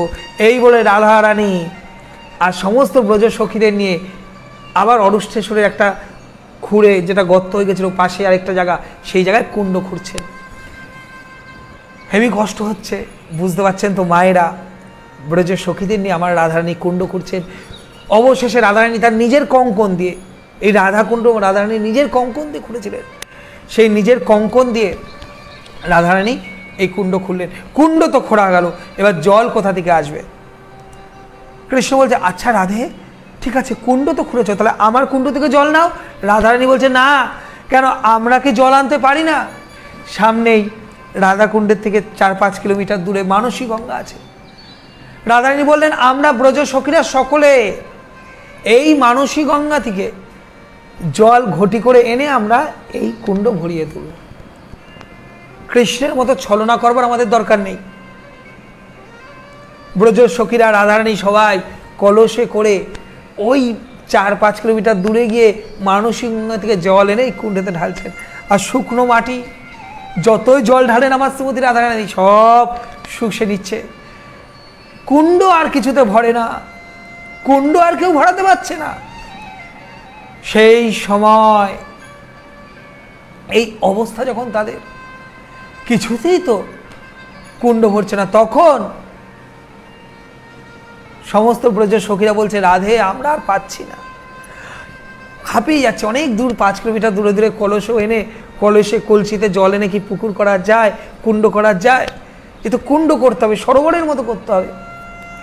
তখন কৃষ্ণ বলছে, আরে রাধে, তোমরা রাগ করো না, কেন তোমরা এরকম প্রয়াস করছো? তোমরা আমার শ্যামকুণ্ড থেকে জল নাও, আমার শ্যামকুণ্ড। রাধারানী বলছে না। তখন কৃষ্ণ দেখছেন না, কৃষ্ণ আর সহ্য করতে পারছেন না, তার প্রাণপ্রিয় ব্রজ সখীরা রাধারানী এত কষ্ট করছে, তপ্ত বালুর মধ্যে হেঁটে হেঁটে সেই 4-5 কিলোমিটার দিক থেকে জল এনে এই কুণ্ডতে ঢালছে, কুণ্ড তো আর ভরছে না। না রাধে, তোমার এই কষ্ট, এ ব্রজ সখীরা, তোমাদের এই কষ্ট আমি আর সহ্য করতে পারছি না, আমি পারবো না সহ্য করতে। এই বলে কৃষ্ণ কি করলেন, সমস্ত তীর্থকে নির্দেশ দিলেন, যাও তোমরা এই রাধারানীর তীর্থে যাও, রাধারানীকে প্রণাম করে। তা কৃষ্ণের নির্দেশ পেয়ে যে শ্যামকুণ্ডেতে যে সকল তীর্থ ছিল, নর্মদা, গোদাবরী, গঙ্গা, যমুনা, সমস্ত তীর্থ কি করলেন, উঠে গিয়ে রাধারানীকে প্রণাম করছেন। হে রাধারানী, আপনিই তো জগৎ মাতা, আপনিই তো সকল কারণের কারণ। রাধারানী কৃপাপূর্বক আমাদের আপনার চরণে ঠাঁই দেন, আপনার কুণ্ডে প্রবেশের অনুমতি দেন। এই বলে এইভাবে প্রত্যেক তীর্থরাজ রাধারানীর কাছে প্রার্থনা করলেন রাধারানীর কুণ্ডে প্রবেশের জন্য। এবং অবশেষে রাধারানী দেখছেন এইভাবে প্রার্থনা করছেন, নারী হৃদয় তো অত্যন্ত কোমল, সর্বদা প্রেম রাধারানীর, সর্বদা প্রেমে আমার রাধারানী প্রেমে বিগলিত, সর্বদা প্রেম ও সমুদ্রে আমার রাধারানী ভাসছে, বিদ্বেষ নাই, দেশ নাই। তখন রাধারানী যখন দেখলেন সমস্ত তীর্থরা তাকে এইভাবে স্তুতি করছে, প্রণাম করছেন, তখন রাধারানী অনুমতি দিলেন সমস্ত তীর্থকে ওই রাধাকুণ্ডের মধ্যে প্রবেশ করার। এবং প্রবেশ করলো, রাধাকুণ্ডেতেও জল ছাপিয়ে গেল। তখন রাধারানী সমস্ত ব্রজ সখীদের সাথে রাধাকুণ্ডে স্নান করলেন ও শ্যামকুণ্ডে। তখন কৃষ্ণ কি করলেন, দুটো কুণ্ড তো পাশাপাশি, মাঝখানে বাঁশি দিয়ে একটা ছিদ্র করে দিলেন, অর্থাৎ শ্যামকুণ্ডের জল রাধাকুণ্ডে, রাধাকুণ্ডের জল শ্যামকুণ্ডে। এখনও আপনারা যদি বৃন্দাবনে যান, অবশ্যই আপনারা রাধাকুণ্ড দর্শন করবেন। সেখানে রাধাকুণ্ড শ্যামকুণ্ড খুব সুন্দরভাবে রয়েছে। এই সেই রাধাকুণ্ডের পাড়ে আমার রঘুনাথ দাস গোস্বামী ভজন করছেন। তাই রাধাকুণ্ড শ্যামকুণ্ড কালের নিয়মে পাপের কারণে একসময় লুকিয়ে গেছে, আচ্ছাদিত হয়ে গেছে। সেই জায়গায় ধান ক্ষেত ছিল। মহাপ্রভু স্বয়ং গিয়ে ওই ধান ক্ষেতের মধ্যে অরিট গ্রামে গিয়ে স্নান করছে, ওই ধান ক্ষেতে জল নিয়ে মাথায় দিচ্ছে। সকলে বলছেন, মহাপ্রভু আপনি এটা কি করছেন? তখন প্রভু সবাইকে বর্ণনা করলেন, দেখো তোমরা যাকে ধান ক্ষেত দেখছো, ওই ধান ক্ষেত নয়, এ তো সেই রাধাকুণ্ড শ্যামকুণ্ড যা আমার শ্রীমতী রাধারানী ঠাকুরানী স্বয়ং নিজে নিজের কঙ্কন দিয়ে এই কুণ্ড খনন করেছিল। এ তো সেই কুণ্ড। তা সেই রাধাকুণ্ডের পাশে এসেছেন আমার রঘুনাথ দাস গোস্বামী ভজন করেন। তার রঘুনাথ দাস গোস্বামীর মনে দেখুন কি ত্যাগ চাই। রঘুনাথ দাস গোস্বামীর মনে একটু সুপ্ত বাসনা হয়েছিল, আহা এই কুণ্ডটা দিন দিন ছোট হয়ে যাচ্ছে, যদি আমি একটু এই কুণ্ডটা সেবা করতে পারতাম, অর্থাৎ কুণ্ডটা সংস্কার করতে পারতাম। এই ভাবটা এসেছে রঘুনাথ দাস গোস্বামীর মধ্যে। কিন্তু যখনই তার মধ্যে এই ভাব এসেছে, সাথে সাথে রঘুনাথ দাস গোস্বামী কি করলেন? নিজেকে শাসন করলেন, ওহে মন, এমন তুমি মানুষও কবে বিষয়ের মতো ভাবলে, বিষয়ের মতো আচরণ করছো, বিষয়ের মতো আচরণ করলে। নিজেকে শাসন করছে, নিজেকে প্রশ্ন করছে। দেখুন বৈরাগ্য কাকে বলে। একটু সামান্য ভেবেছে, কি ভেবেছে? যে রাধাকুণ্ডকে সংস্কার করলে খুব ভালো হয়। পরক্ষণেই ভাবছে এ কেমন চিন্তন, এই সংস্কার করতে গেলে তো টাকা লাগবে, অর্থ লাগবে, আর আমি কি এখন সাধন ভজন ছেড়ে অর্থের পিছনে ছুটবো, অর্থের চিন্তা করব? এইভাবে অনুতপ্ত রঘুনাথ দাস গোস্বামী নিজেকে ধিক্কার জানাচ্ছেন, না সংস্কার আমি করব না, সংস্কার। যেখানে অর্থের প্রয়োজন, অর্থের পিছনে আমি ছুটতে পারবো না। সমস্ত অর্থ তো রঘুনাথ দাস গোস্বামী, আমরা আগে লীলায় যখন 6 গোস্বামী লীলা কথা শ্রবণ করছিলাম, তখন আমরা শ্রবণ করেছিলাম সপ্তগ্রামের জমিদার গোবর্ধন দাস মজুমদারের পুত্র রঘুনাথ দাস গোস্বামী, গোবর্ধন দাসের পুত্র, জমিদারের পুত্র, সমস্ত ঐশ্বর্য, সমস্ত ইন্দ্রিয় ঐশ্বর্য ত্যাগ করে রঘুনাথ দাস গোস্বামী চলে গেছিলেন ভগবানের ভজন করতে। সেই রঘুনাথ দাস গোস্বামী এখন নিজেকে ধিক্কার দিচ্ছে। কিন্তু নিজের জন্য কি আশা করেছিলেন? না, আশা করেছিলেন রাধা কৃষ্ণের সেবার জন্য, রাধাকুণ্ড শ্যামকুণ্ডকে যাতে আবার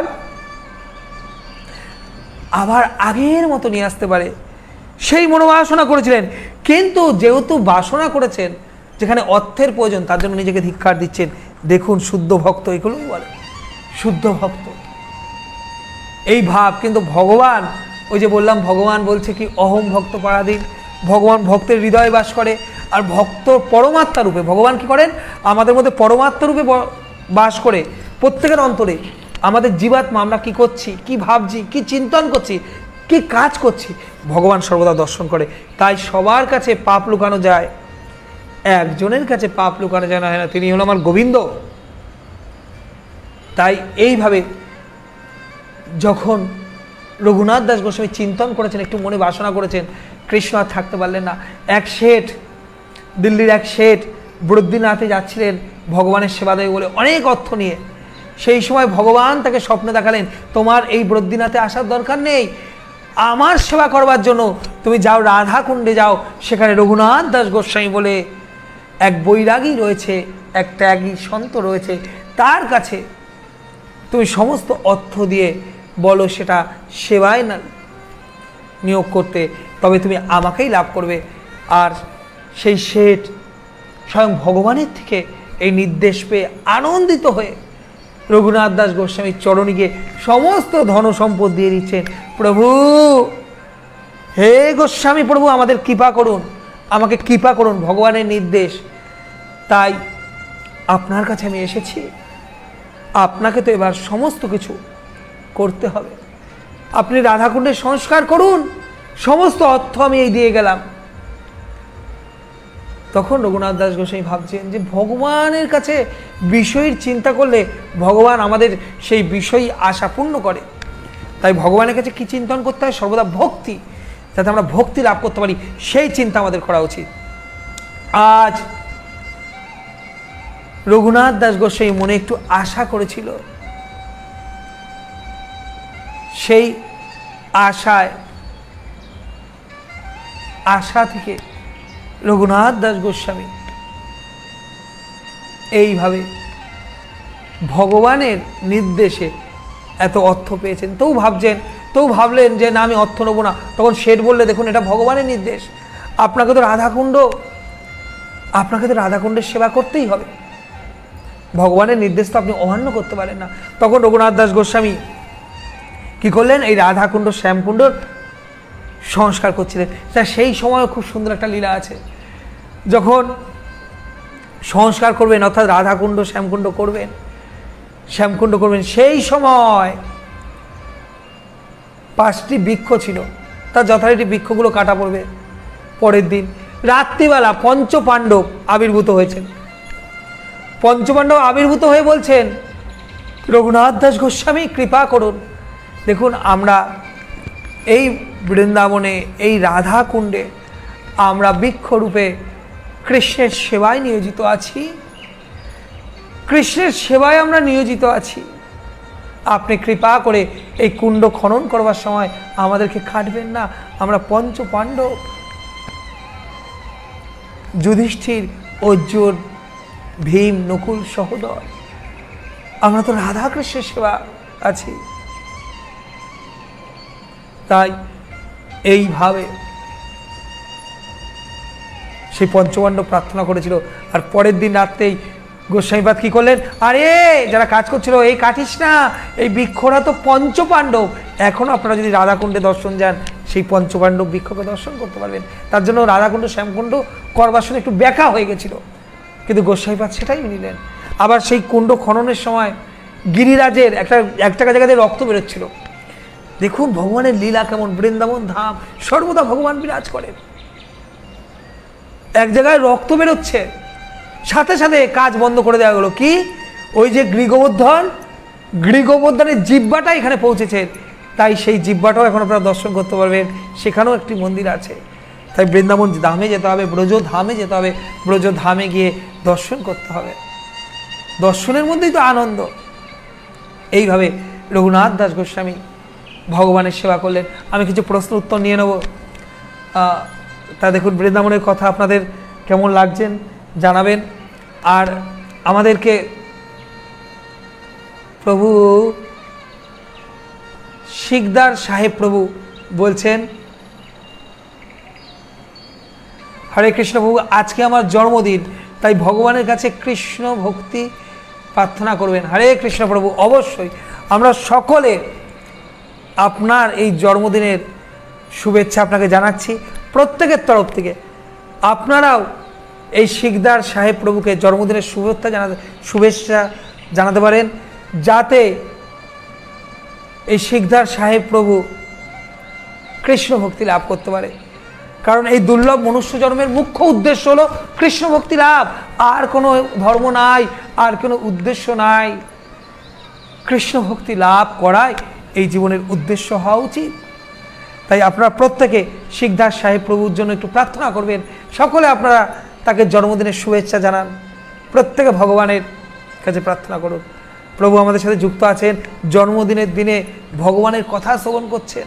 আহা, কি অপূর্ব প্রভু আপনার ভাগ্য, আপনার জন্মদিনে বৃন্দাবনের কথা শ্রবণ করছেন। তাই আপনার জন্মদিন পালনটা সার্থক হলো। কারণ জন্মদিন পালন মানে কৃষ্ণ ভক্তি লাভ করবার জন্য নিজেকে মূল্যায়ন করা, যে আমার পুরনো দিনগুলোতে আমি কিভাবে কৃষ্ণ বহির্মুখ জীবনযাপন করেছি, এইবার আজ থেকে আমি কৃষ্ণ ভজনায় রত হলাম। তাই প্রভু আপনিও সংকল্প করুন যেন গোবিন্দর চরণে, রাধারানীর চরণে সমর্পিত হতে পারে। আমাদের সবার শুভেচ্ছা, ভালোবাসা, প্রার্থনা আপনার সাথে আছে।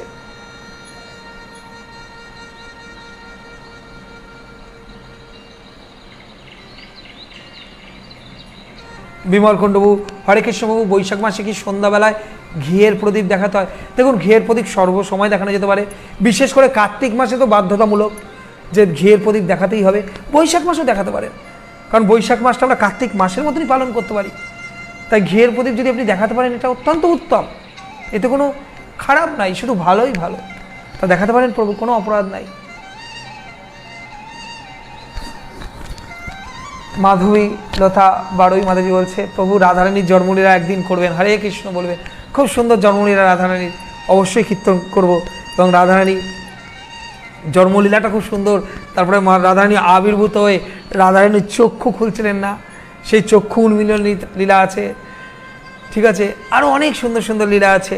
রাধারানী কেন বিশ্বভানু মহারাজের নন্দিনী হলেন, সেই সকল লীলা একদিন লাইভ করব রাধারানীর কথা নিয়ে। রাধারানীর কথা নিয়ে 2 দিন লাইভ করব, কারণ এইসব কথা একদিনে শেষ হয় না। রাধারানীর কথা, এসব কথা শুধু আস্বাদনের বিষয়। বৃন্দাবনের কথা যত আস্বাদন করব তত আনন্দ হবে না। আচ্ছা, হরে কৃষ্ণ। নানি রানী মাতাজি বলছে, প্রভু দণ্ডবত প্রণাম, আপনাকেও দণ্ডবত প্রণাম। প্রভু আমরা শ্যামকুণ্ড রাধাকুণ্ডে দর্শন করেছিলাম। হরে কৃষ্ণ, হরেই বল। আপনি তো অনেক সৌভাগ্যবতী যে রাধাকুণ্ড শ্যামকুণ্ড দর্শন করেছেন। বলছে রাধাকুণ্ডে স্নান করলে কি হয় জানেন, বা রাধাকুণ্ডের জল মাথায় নিলে, স্বয়ং ভগবান শ্রীকৃষ্ণকে বলছে যে এই কুণ্ডে যে একবার করে স্নান, রাধা সম প্রেম কৃষ্ণ তারে করে দান। রাধাকুণ্ডের এত মহিমা। এখানে বহুলা অষ্টমী আছে, রাধাকুণ্ডের আবির্ভাব তিথি, সেই সময় লক্ষ লক্ষ লোক, লক্ষ লক্ষ লোক রাধাকুণ্ডে স্নান করে। আমাদের একটা দেখবেন, আমার একটা লাইভ করেছিলাম, যে লাইভটি প্রচুর লোক দেখেছিল, 5-6 লাখ ভিউ হয়েছিল। খুব সুন্দর রাধাকুণ্ডের সেই স্নানের দিন, একদম রাধাকুণ্ডের পাড় থেকে ওই লাইভটা, খুব সুন্দর লাইভ। মানে আমি অনেক লাইভ তো করে থাকি, কিন্তু ওই লাইভটা করে আমি খুব সন্তুষ্ট হয়েছিলাম, ঠিক আছে। তা ওই লাইভটা আপনারা একটু দেখবেন। রাধাকুণ্ডের এর সেই আবির্ভাবের দিন, কি অপূর্ব দর্শক সমাগম, কত সুন্দরভাবে রাধাকুণ্ডকে সাজানো হয়। অপূর্ব অপূর্ব সেই দৃশ্য। আপনারা ব্রজধামে গেলে তবে রাধাকুণ্ড, যেমন মাতাজি ব্রজধামে গিয়ে দর্শন করেছিল, তাই মাতাজি এখন উপলব্ধি করছে এই দর্শনে কি প্রেম, কি আনন্দ, ব্রজধামের আনন্দ কি, আহা, এরকম নয়, চিন্ময় আনন্দ। বৃন্দাবনে গেলেই যেন আমাদের সমস্ত শরীরটা পুলকিত হয়ে যায় আনন্দে, আনন্দে, আনন্দ, আনন্দ, সেই ব্রজধামের আনন্দ।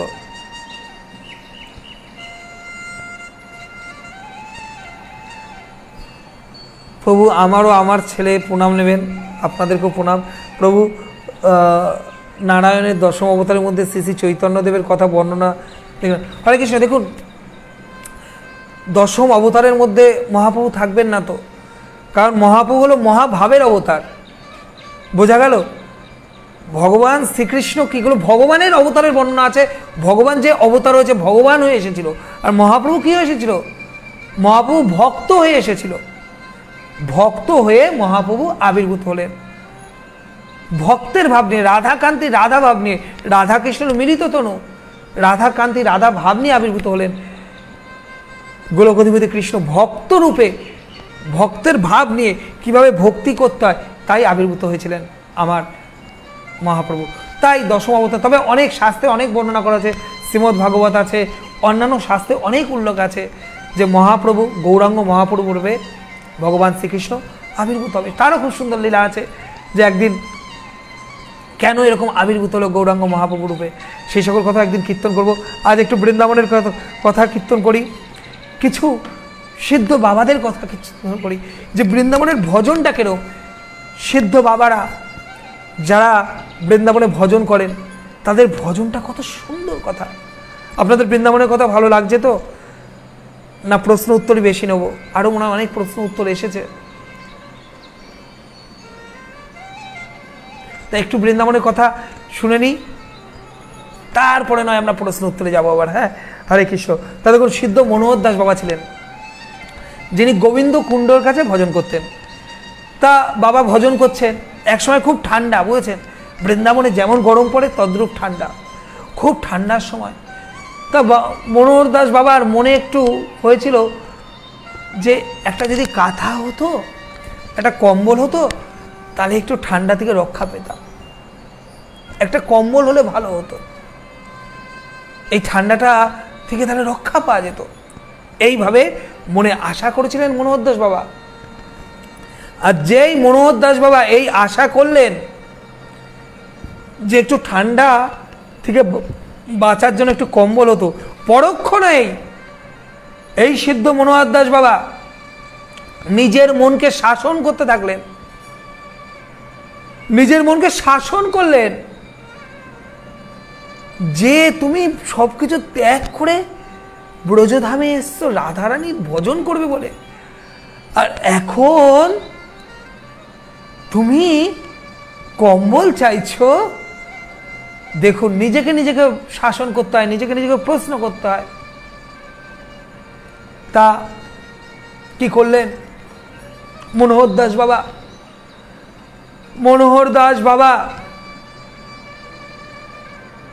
সিদ্ধ মনোহর দাস বাবা, তার মনে যখন এই প্রশ্নটা এসেছে, আর এক মুহূর্ত তিনি অপেক্ষা করলেন না। তিনি তার গুম্ফা থেকে, গুহাতে তখন ভজন করতেন, সেখান থেকে বেরিয়ে সামনেই ছিল গোবিন্দ কুণ্ডু। শীতকালে রাত্রিবেলা, রাত ভাবুন, ওই মাঝ রাত্রে বৃন্দাবনে অত ঠান্ডা, যে ঠান্ডায় সবাই কাঁপছে। তাই তো বাবা একটু ভেবেছিল যদি একটা কম্বল হতো তাহলে ভালো হতো। কেন এই ভাবনা তার মনে এসেছে? মনটাকে শাসন করছে। দেখুন, ওই ঠান্ডার মধ্যে ওই গোবিন্দ কুণ্ডুর জল যখন বরফের সমান বৃন্দাবনে শীতের সময়, বাবা কি করলেন? ওই কুণ্ডর মধ্যে স্নান করছেন, ডুব দিচ্ছেন, বারবার ডুব দিচ্ছেন ওই ঠান্ডার মধ্যে।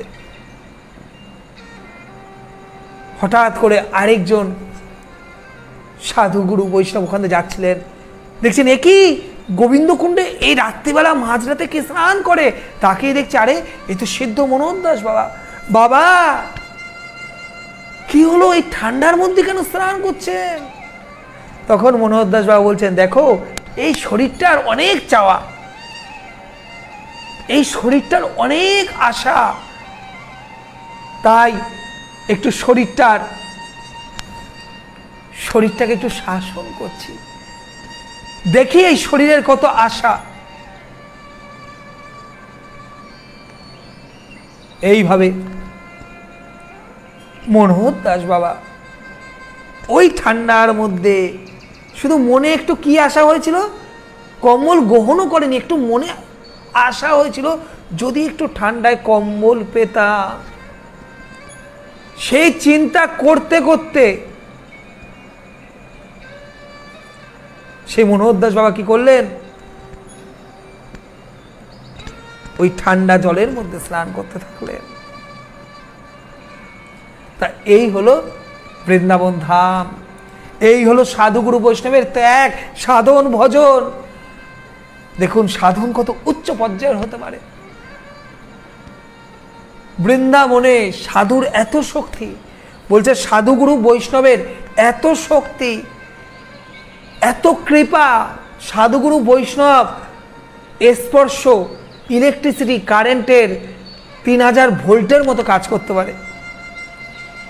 দেখেছেন তো, হাই ভোল্টেজ, হাত দিলেই ঝাড় খেতে হবে, অর্থাৎ একটা কাজ করে, তড়িৎ কাজ। তাই সাধুগুরু বৈষ্ণবের চরণে আশ্রিত হতে হবে, মনে বৈরাগ্য আনতে হবে, মনে রাখতে হবে আগুন কোথায় লাগে? আগুন দু জায়গায় লাগে। যখন বনে আগুন লাগে, কখনো দেখেছেন বনে কখনো আগুন লেগেছে, দাবানল হয়েছে? যখন বনে আগুন লাগবে, দাবানল হবে, তখন সেই আগুন থেকে বাঁচবার জন্য সমস্ত পশু পাখি, কেউ বিচার করবে না কে কোন পশু কোন পাখি, তারা কি করে? নদীর মধ্যে ঝাঁপ দেয়। বনের আগুন থেকে বাঁচবার শেষ অবলম্বন নদীর মধ্যে ঝাঁপ দেয়। তদ্রূপ আমরা যদি ভজন করি, ভগবানের সেবায় নিয়োজিত হই, হরি কথা শ্রবণ করি, তখন আমাদেরও মনে আগুন লাগে। আর মনে আগুন লাগলে কি করতে হয়? সমস্ত বিষয় বাসনা ত্যাগ করে, আসক্তি ত্যাগ করে সাধুগুরু বৈষ্ণবের চরণে আশ্রিত হতে হয়। তাই মনে আগুন ধরাতে হবে আর সাধুগুরু বৈষ্ণবের চরণে আশ্রিত হতে হবে।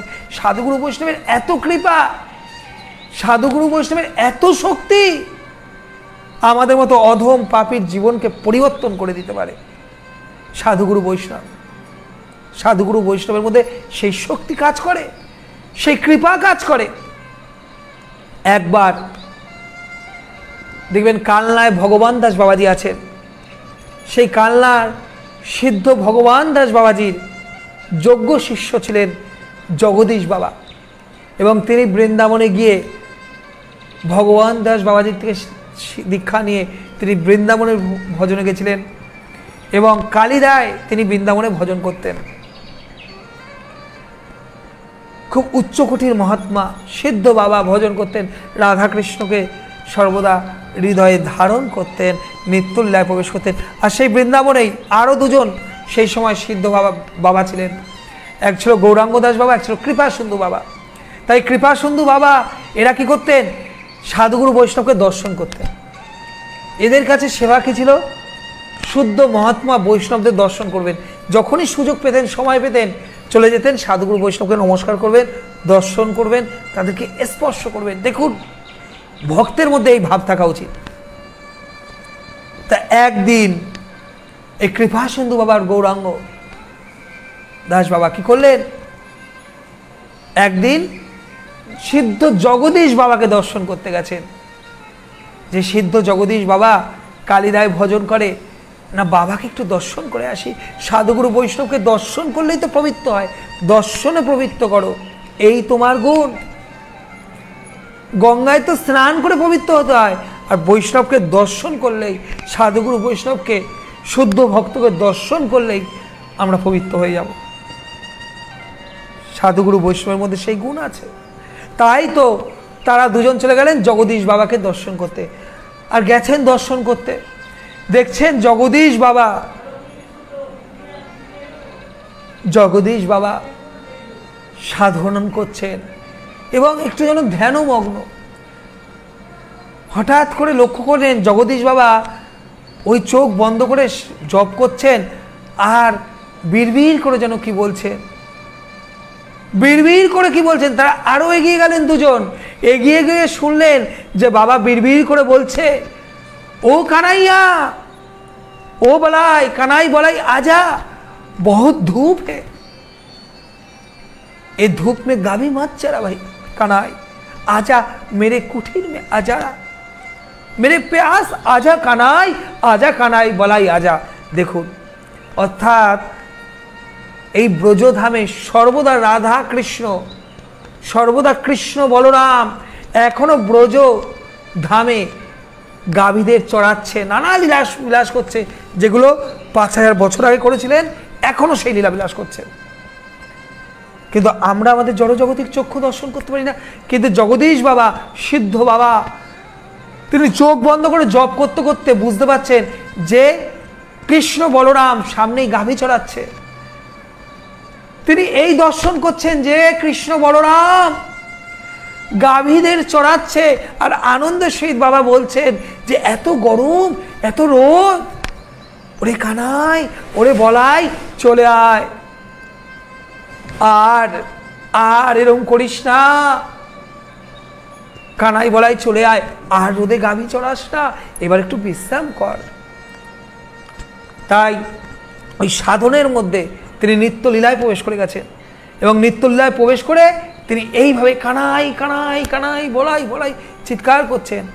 আর জগদীশ বাবাকে দর্শন করে কৃপাসুন্দু বাবা আর গৌরাঙ্গ বাবার মধ্যে এক অদ্ভুত ভাব কাজ করলো।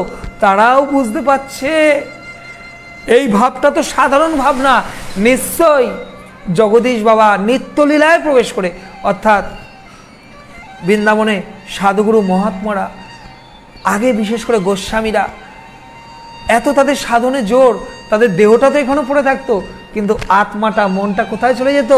রাধা কৃষ্ণর কাছে, রাধা কৃষ্ণর সেবায় নিয়োজিত হতো। তাই এইভাবে এই পরিস্থিতিতে যখন এই দৃশ্য দর্শন করেছেন, দুজন আর ঠিক থাকতে পারলো না। ওই কৃপাসিন্ধু বাবা আর গৌরাঙ্গ বাবা অঝরে কাঁদতে থাকছে, হাহাকার করছে, ও জগদীশ বাবা তুমি কত সৌভাগ্যবান, তোমার সৌভাগ্যের আমরা কি জয়গান করব। তোমরা তো রাধা কৃষ্ণকে, তুমি তো কৃষ্ণ বলরামকে দর্শন করতে পারছো, কিন্তু দেখো আমরা কত হতভাগা, সামনেই রাধা কৃষ্ণ আছে, আমরা বুঝতে পারছি তুমি দর্শন করতে পারছো, কিন্তু আমরা দর্শন করতে পারছি না। এই বলে কৃপাসিন্ধু বাবা আর গৌরাঙ্গ বাবা অঝরে কাঁদছে, ক্রন্দন করছে, হাহাকার করছে। কিসের জন্য? রাধা কৃষ্ণকে দর্শন না করার জন্য বিলাপ করছে। আমরা কত বড় হতভাগা বাবা, আমরা কৃষ্ণ বলরামকে দর্শন করতে পারছি না। কানাই বালাই আমাদের এত কাছে, এত কাছে কানাই বালাই গাভী চড়াচ্ছে, কিন্তু আমরা দর্শন করতে পারছি না। এই বলে অজরে কাঁদতে কাঁদতে, দেখুন ভালোভাবে শ্রবণ করবেন, কান্না করতে করতে ওই সিদ্ধ জগদীশ বাবার চরণে লুটিয়ে পড়েছে। আর যখন চরণে লুটিয়ে পড়েছে, ওই বাবার বুড়ো আঙুলটা, পায়েটা, এদের দুজনের স্পর্শ এসেছে। আর যেই এরা স্পর্শ পেয়েছে, এতক্ষণ ধরে এই যে দুজন কৃষ্ণ বলরামকে দর্শন করতে পারছে না, কিন্তু শুধু একটু পতিত হয়েছে, তো ওই সিদ্ধ জগদীশ বাবার স্পর্শ পেয়েছে। স্পর্শ পেয়েই তাদেরও অন্তরের ভক্তিচক্ষু খুলে গেছে, তারাও দর্শন করছে। আহা, কৃষ্ণ বলরাম ওই রোদের মধ্যে গাভী চড়াচ্ছে, এত কষ্ট হচ্ছে কৃষ্ণ তোমার, বলরাম এত কষ্ট হচ্ছে। তারাও কানাই আজা, গোপাল আজা, বলাই আজা, এরকম করতে থাকলো। তা কি শিখলেন? দেখুন, এই জগদীশ বাবাকে দর্শন করে, জগদীশ বাবা সিদ্ধ বাবা ছিল, শুদ্ধ ভক্ত ছিল, কিন্তু এই কৃপাসিন্ধু বাবা ও গৌরাঙ্গ দাস বাবা তারাও শুদ্ধ ভক্ত, কিন্তু তারা নিত্যলীলায় প্রবেশ করতে পারছিল না। তাদের সামনে কৃষ্ণ বলরাম থাকলেও দর্শন করতে পারছিল না। অবশেষে ওই সিদ্ধ বাবা জগদীশ বাবার পায়ের বুড়ো আঙুলটা তাদের শরীরে স্পর্শ করেছে, আর সেই স্পর্শ পেয়েই তারাও রাধাকৃষ্ণকে দর্শন করতে শুরু করলেন, রাধাকৃষ্ণকে দর্শন করছে। তাহলে এই দেখুন, এই কৃপা সাধুগুরু বৈষ্ণবের মধ্যে এই শক্তি থাকে, এই শক্তি কাজ করে যে ওই সাধুগুরু বৈষ্ণবের স্পর্শ পেয়েই তাদের মধ্যে এই কৃপাটা কাজ করলো, তারাও এই দর্শন লাভ করতে পারলো। আগে কিন্তু এই দর্শন লাভ করতে পারেনি। যে কৃষ্ণ বলরাম এইভাবেই গাভীদের চড়াচ্ছে, তা এই ভাবটা আমাদের রাখতে হবে। বৃন্দাবন ধাম চিন্ময় ধাম, আরো অনেক কথা আমরা কীর্তন করতে পারি।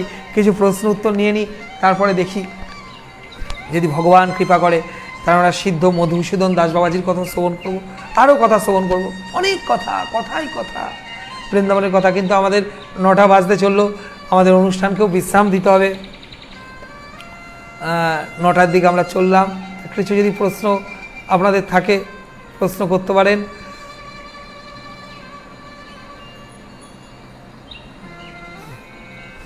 প্রভু, আমরা এই মহামারী থেকে সকলে কিভাবে মুক্তি পাব? দেখুন, আমাদের কাছে তো কোনো জাদুদণ্ড নেই যে জাদুদণ্ডের স্পর্শে আমরা মুক্ত হতে পারবো। আর শ্রীমদ্ ভাগবত গীতায় খুব সুন্দরভাবে বর্ণনা করা আছে যে যখন এই জগৎ সংসারে অনাচার আসবে, মানুষ যখন সঠিক জীবনযাপন করবে না, তখন কি হবে? অনাচার ভরে যাবে, এবং অনাচার ভরে যাওয়ার কারণে মহামারী চলে আসবে। তা আজকে তাই হচ্ছে। আমরা অনেক অত্যাচার করছি, নিরীহ জীবের প্রতি অনাচার করছি, নিজেদের উদরপূর্ণ করবার জন্য বড় বড় জীবগুলোকে কষ্ট করে হত্যা করছি। তা স্বাভাবিকভাবে ভগবানের নিয়মেই এই মহামারী এসেছে। এটা যুগ যুগ ধরেই আসে। যখন জনসংখ্যা বেড়ে যায়, অনাচার বেড়ে যায়, তখন ভগবান, এখনও তো কলিযুগের শেষ নেই, কলিযুগের শেষ হলো 4,32,000 বছর পর, কিন্তু এখনই এত অনাচার। তাই এই করোনাটাও ভগবানেরই করোনা, ঠিক আছে? যারা আমাদের, যাদের কপাল খারাপ, যাদের সময় চলে এসছে, তাদের এই করোনাকে অজুহাত করে, এই করোনাটা অজুহাত, এই করোনাকে অজুহাত করে আমাদের এই জীবনটা শেষ হয়ে যাবে। তা এতে ভয় পাওয়ার কিছু নেই, ভগবানের যা ইচ্ছা তাই হোক।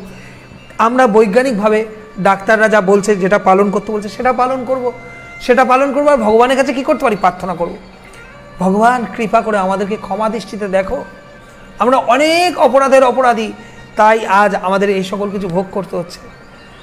তাই এইভাবে যদি ভগবানের কাছে আমরা প্রার্থনা করি, তাহলে অবশ্যই ভগবান বিশ্বাসটাকে শুনবে। আর সাথে তো অবশ্যই ডাক্তারের পরামর্শ মতো, শুধু ভগবানকে ডাকলে হবে না, ভগবান তো এই জগৎ সংসারে ডাক্তার দিয়েছে, আমার নিজের চেতনা দিয়েছে, তাই আমাদের অবশ্যই ডাক্তারের সংস্পর্শ আসতে হবে। আর কিছু প্রশ্ন নেব। নিয়ে আমরা আমাদের অনুষ্ঠানকে বিশ্রাম রাখবো। আবার আগামীকাল এই বৈশাখ মাস সম্পূর্ণ আমরা ধারাবাহিক হরিকথা শ্রবণ করছি। আপনারা থাকবেন এইভাবেই যেন আমাদেরকে প্রতি কৃপাদৃষ্টি বজায় রাখেন। নাহলে আমরা আরেক দিন বৃন্দাবনের লীলা শ্রবণ করতে পারি। আজকে আমাদের দ্বিতীয় দিন হচ্ছে, আরও সুন্দর সুন্দর লীলা আছে। বৃন্দাবনের লীলা কখনো শেষ হয় না, সর্বদাই সুন্দর আর সুন্দর। মৌসুমী রানী মাতাজি কিছু বলছেন, কিন্তু মাতাজি বলবো পরম বৈষ্ণব তো আমি নাই, আমি একদম একদম একটি অধম পতিত। আপনারা একটু কৃপা করবেন মৌসুমী রানী মাতাজি, যাতে আমি ভক্ত হতে পারি। আপনাদের স্পর্শে, আপনাদের কৃপায় যেন এই অধম কৃষ্ণ ভক্তি লাভ করতে পারে, এই কৃপাটুকু শুধু আমার প্রতি বজায় রাখবেন। হরে কৃষ্ণ। সৌরভ গুহা আমিষ খেয়ে কি মালা জপ করা যাবে? করা যাবে। প্রাথমিক অবস্থায় অবশ্যই জপ করা যাবে, তবে যখন আমরা মালা জপ করব আস্তে আস্তে আমাদের মনের ভাবটা পরিবর্তন হয়। মনের ভাবটা যেন আমাদের অবশ্যই পরিবর্তন হয়। সুমন রয়, প্রভু একাদশী করলে কি হয়? দেখুন, একাদশীর কথায় আমরা অনেক একাদশীর মহিমা কীর্তন করেছি। একাদশী করলে সমস্ত পাপ বিনাশ হয়ে যায়। একাদশী ব্রতের মধ্যে সেই শক্তি আছে, পাপ বিনাশকারী ব্রত, সমস্ত পাপ হরণ করে দেয়, বিনাশ করে দেয়। একাদশী ব্রতে সেই শক্তি থাকে। তাই একাদশী ব্রত প্রত্যেক সনাতনী ভাই বোনকে করতে হবে, সধবা বিধবা সবাই করতে পারে।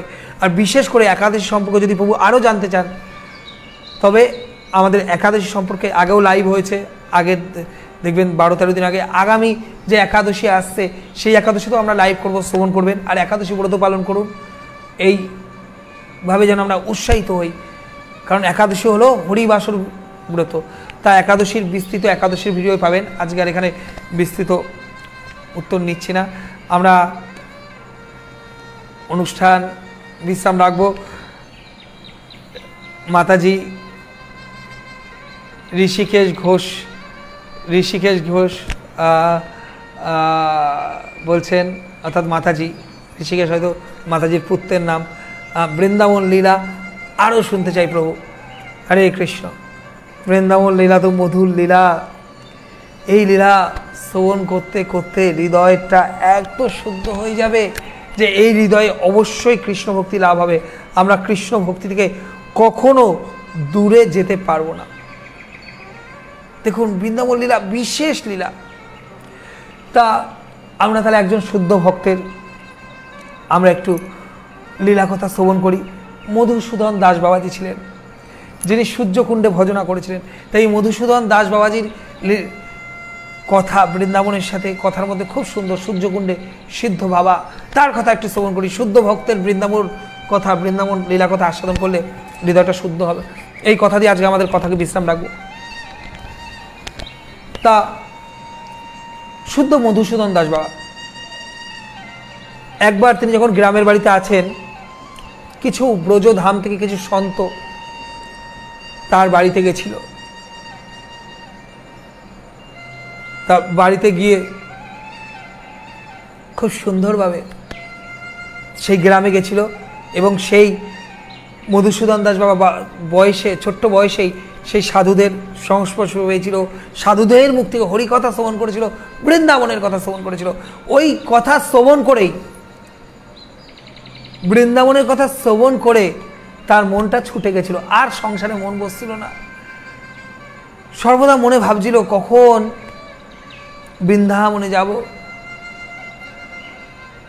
কখন বৃন্দাবনে যাব, এই ভাব যে কখন বৃন্দাবনে যেতে পারবো। তা তার পিতামাতা তাদের পুত্রের এই চঞ্চলতা দেখে অস্থির হয়ে গেলেন, ঠিক করলেন না এদের বিবাহ দিতে হবে। তা মধুসূদন দাস বাবার বিবাহ ঠিক করলেন। যেই দিন বিবাহ হবে সেই রাত্রে মধুসূদন দাস বাবা ভাবছেন, একবার যদি এই বিবাহ বন্ধনে আবদ্ধ হয়ে যায় তবে আর বৃন্দাবনে যাওয়া হবে না। এই বন্ধনে যদি বন্ধ হয়ে যায় আর আমার কি হবে? আমার তো আর কৃষ্ণ ভজনা হবে না।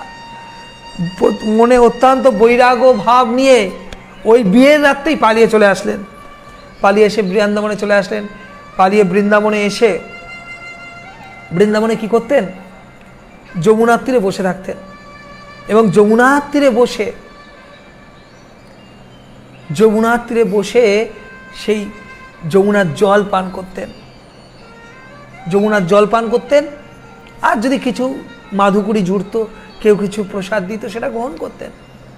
এইভাবে বৈরাগ্য কঠোর জীবন যাপন করলেন মধুসূদন দাস বাবা। কিন্তু মনে মনে ভাবছিলেন তিনি ওই যমুনার তীরে বসে, আহা, আমার তো দীক্ষা নেওয়া হলো না, আর গুরুদেব যদি না থাকে তবে গুরুদেব না থাকলে আমি কিভাবে কৃষ্ণ ভক্তি লাভ করব? আমি তো জানি যে গুরুদেব বিনা কখনো কৃষ্ণ ভক্তি লাভ করা যায় না। তা আমার তো গুরুদেব নাই, কাকে আমি গুরুদেব করব? কে আমার সেই সদ্গুরু হবে যিনি আমাকে রাধা কৃষ্ণের ভজনে উন্নতি বিধান করবেন, আমাকে রাধা কৃষ্ণকে লাভ করাবেন?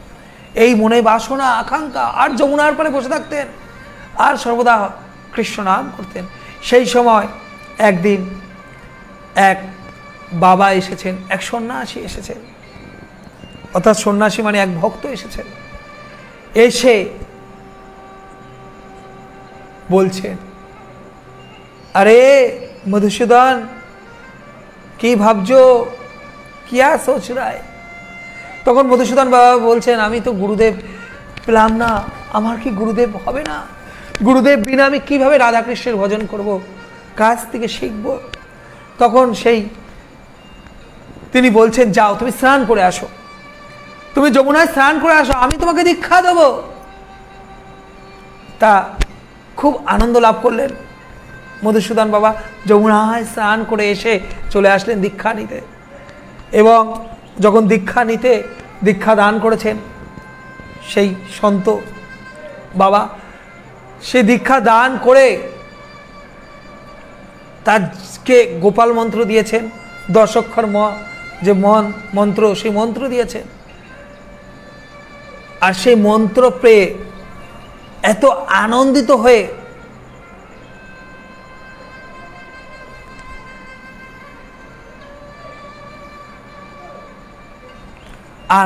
হয়ে তিনি কি করলেন? মূর্ছিত হয়ে গেলেন। আর যেই মূর্ছিত হয়ে গেছেন, কিছুক্ষণ পরে যখন তিনি চেতনায় ফিরে এসেছেন, আর সেই গুরুদেবকে দেখতে পাচ্ছেন না। আর ক্রন্দন করছেন যে কি হবে, আমার গুরুদেব কোথায় চলে গেল? গুরুদেব যে আমাকে নাম দিল, আমি তো গুরুদেব সম্পর্কে জানি না, গুরু পরম্পরা সম্পর্কে জানি না। ক্রন্দন করছেন গুরুদেবকে হারিয়ে। গুরুদেবকে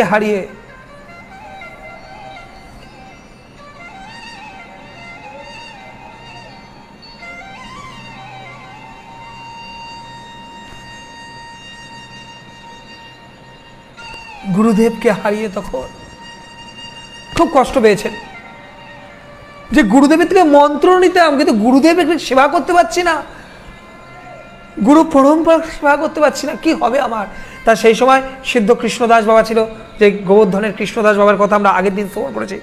কৃষ্ণদাস বাবার কাছে কৃষ্ণদাস বাবার কাছে সব শুনে বলছে, দেখো আমি তো কিছু করতে পারছি না, কারণ এই রাধা কৃষ্ণের ভজনটা কি গুরু পরম্পরা থেকে আসে, অর্থাৎ রাধা রানী থেকে পর হয়ে আসছে গুরু পরম্পরা, তবে গিয়ে রাধাকৃষ্ণের ভজনটা সফল হয়।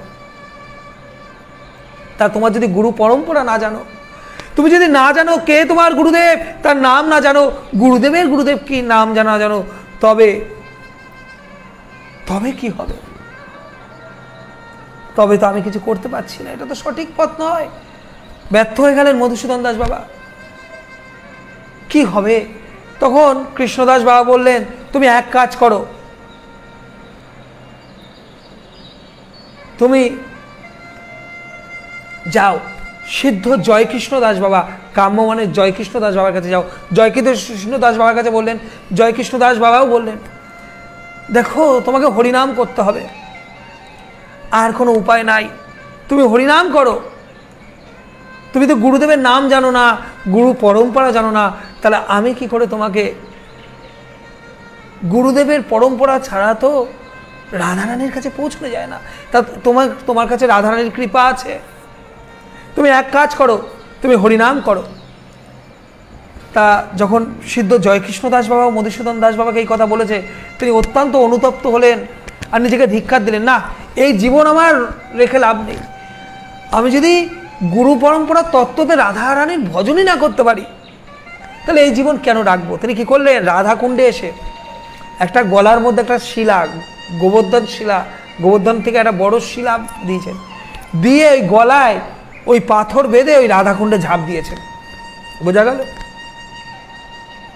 যখন রাধাকুণ্ডে ঝাঁপ দিয়েছেন জলের তলায় চলে যাচ্ছেন, অদ্ভুতভাবে কোনো এক শক্তি, কোনো এক বিশেষ হাত, যেন রাধারানী স্বয়ং রাধারানী মধুসূদন দাস বাবা ওই জলের তলায় পড়ছেন, পাথর দিয়ে যেন এক অদৃশ্য হাত তাকে হাতে করে এইভাবে জল থেকে তুলে পাড়ের মধ্যে এনে ফেললে, আর তার হাতের মধ্যে একটা তালপত্র, আগে তালপত্রতে লেখা হতো, একটা তালপত্র তার হাতের মধ্যে দিয়ে গেল। এইবার মনোহর দাস ভাবছেন, আমি কেন আমি দেহত্যাগ করতে পারলাম না, কোন শক্তি আমাকে এইভাবে কৃপা করলো। তারপরে হাতের তাল পাতাটা দেখে ভাবলো, না রাধারানীর কৃপা। আবার জয়কৃষ্ণ দাস বাবার কাছে গেল, তখন জয়কৃষ্ণ দাস বাবা আবার বলল, দেখো এই তালপত্রটায় তো সবকিছু পরিষ্কার নয়, সবকিছু তো পরিষ্কার নয়, অর্থাৎ তালপত্রটায় অনেকটা লেখাগুলো আবছা আবছা ছিল, যেটা কোনো এক বিশেষ শক্তি তার হাতে দিয়েছে সিদ্ধ মনোহর দাস বাবার। জয়কৃষ্ণ দাস বাবা বলছে, দেখো তুমি এক কাজ করো, তুমি গিয়ে হরিনাম করো, ভজন করো, রাধারানী তোমাকে অবশ্যই কৃপা করবে, তুমি রাধারানীরই তো কৃপা পেয়েছো, কিন্তু দেখো তালপত্রটায় সমস্ত কিছু লেখা নেই, আমি বুঝতে পারছি না, যাও তুমি সাধন ভজন করো, রাধারানী তোমাকে নির্দেশ নেবে। তখন ওই তালপত্রটি নিয়ে মধুসূদন দাস বাবা চলে আসলেন, আবার এসে আবার জয়কৃষ্ণ দাস বাবার কথা মতো হরিনাম করছেন, সাধন করছেন, ভজন করছেন। অবশেষে তিনি রাধারানীর থেকে স্বপ্নাদেশ পেলেন, যাও তুমি সূর্যকুণ্ডে যাও, সূর্যকুণ্ডের ওখানে ভজন করো, তোমার ভজন মুদ্রা প্রকাশিত করো, তুমি আমাকে লাভ করবে। তখন থেকে মধুসূদন দাস বাবা সূর্যকুণ্ডে এসে ভজন করতেন, এবং সেই সময় ভজন করতে করতে এক সময় রাধারানী আবার তার স্বপ্নে আসলেন। রাধারানী তাকে স্বপ্নে দর্শন দিয়ে বলছেন, মধুসূদন ওই সূর্যকুণ্ডের মধ্যে দেখো একটা শিলা আছে, ওই শিলাটা কি, গলা অবধি শিলাটা ডুবে আছে। কি শিলাটা? যখন রাধারানী তার সখীদের সাথে এই কুণ্ডে স্নান করতেন তখন সমস্ত অলংকার ভূষণ ওই শিলাটার উপর রাখতেন। তাই রাধারানী স্বপ্নে এই মধুসূদন বাবাকে নির্দেশ দিলেন, যাও ওই শিলাটি তুমি তুলে এনে ওই শিলাটির সেবা করো, ওই শিলাটির সেবা করো, তুমি সাক্ষাৎ আমার কৃপায় শিলাটির মধ্যে আছে। তখন মধুসূদন দাস বাবা ওই শিলাটি দেখলেন, তাই তো সূর্যকুণ্ডে গিয়ে ওই শিলাটিকে উদ্ধার করলেন, এবং সেই শিলাটা সত্যই রাধারানী ও সখীগণ লীলাবিলাস করে ওই শিলার মধ্যে সেই উপলব্ধি করলেন রাধারানী ও সখীগণ যে শিলার উপর তার গহনা ভূষণ স্নান করবার সময় খুলে রাখতো। তা মধুসূদন বাবা এইভাবে দেখুন রাধারানীর কৃপা পেল। এই হলো সিদ্ধ বাবারা, এই হলো ভজনের জোর। ভজনের জোরে অনেক কৃপা পাওয়া যায়, অনেক কৃপা পাওয়া যায়, অনেক অনেক। তাই সিদ্ধ মনোহর দাস বাবার অন্তর্ধান নির্মাণটা তিরোভাব তিথিটাও খুব সুন্দর। যখন তিনি মনে করলেন, না আমাকে এবার এই দেহ এবার ছাড়তে হবে, তিনি আশেপাশের গ্রামবাসীদের বললেন, আমি শ্রীমদ্ ভাগবতম কথা কীর্তন করতে চাই, এবং তিনি ভাগবত কথা কীর্তন করতে শুরু করলেন। সমস্ত গ্রামবাসীরা তার আয়োজন করেছেন। অদ্ভুতভাবে একটি নিচু জাতের ছেলে, কথিত আছে ডোমের ছেলে, যা কোনোদিন কেউ দেখেনি, প্রতিদিন ভাগবত কথা শ্রবণ করতে আসতো, প্রতিদিন আসতো, এবং সবাই তাকে পছন্দ করতো না, কোনোদিন দেখেনি। ডোমের পুত্র, নিচু জাতের পুত্র, বেশভূষায় প্রকাশ পাচ্ছে। যখন ভাগবত কথা শেষ হলো তা সবাই বাবাকে একটু তিরস্কার করতো, বাবা এই ডোমের পুত্র, এই নোংরা জামা বস্ত্র পরিধান প্রত্যেকে আপনি কেন ভাগবত কথা শ্রবণ করছেন? কিন্তু বাবা না, সবাই ভাগবত কথার অধিকারী, সবাই ভাগবত কথা শ্রবণ করতে পারে। শেষ দিবসে যখন মধুসূদন দাস বাবা বৃন্দাবনে এই ভাগবত কথা পরিবেশন করছে, সেই পুত্রটি, সেই ছোট্ট বালকটি মধুসূদন দাস বাবাজির কোলে বসে গেল এবং কোলে বসে জিজ্ঞেস করছে বাবা। তখন এই বাবা কি করছিল? রাসোধ্যায়, অর্থাৎ আপনারা দেখবেন ভাগবতমে 5টি অধ্যায় আছে যাকে বলা হয় রাসোধ্যায়। এগুলো রাধারানীর রাসলীলা কীর্তন করছে, সেই রাসলীলা কীর্তন করেছেন। তখন শেষ দিবসে বাবার কোলে সেই বালকটি এসে বলছে বাবা, আর বাবা ওই বালকটিকে আদর করছে, এক দিব্য আকর্ষণ অনুভব করছে। বাবা, কৃষ্ণ রাসলীলা করার পর কোথায় বিশ্রাম নিয়েছিল একটু বলবে বাবা? কোন বনে বিশ্রাম নিয়েছিল? বাবা বুঝে গেল যে এ আর কিছু না, এই বালক তো সাধারণ বালক নয়। এই কথা শ্রবণ করে বাবা তার মুখ দিয়ে ভগবানের নাম বের করে দেহ রেখে দিলেন, অর্থাৎ ভগবানকে লাভ করে, কৃষ্ণকে লাভ করে, কৃষ্ণকে কোলে বসিয়ে। এইভাবে দেখুন সাধন ভজনটা এরকম, আমাদের সেই সাধনের জন্যেই, আমাদের ভজনের জন্যেই।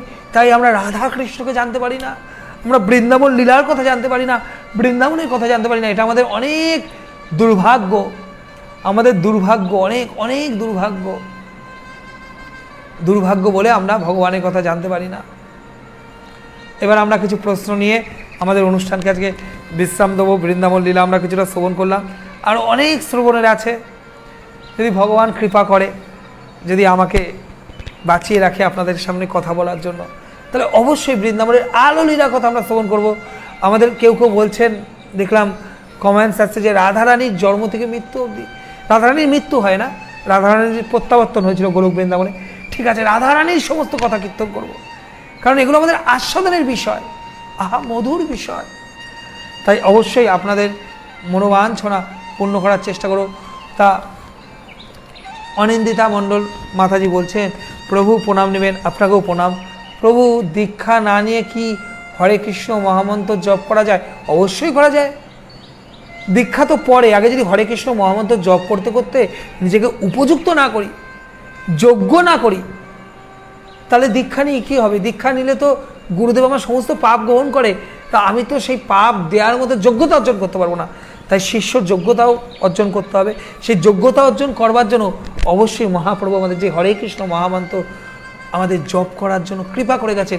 প্রত্যেকে দীক্ষা হোক বা না হোক, প্রত্যেকের আমাদের এইভাবে হরে কৃষ্ণ মহামন্ত্র জপ করতে হবে, তবেই তো কৃষ্ণ ভক্তি লাভ হবে, নচেত তো কৃষ্ণ ভক্তি সহজে লাভ হবে না। হরে কৃষ্ণ। আমরা এইভাবেই কিছু কথা দিয়ে আজকে আমাদের কথাকে বিশ্রাম রাখবো।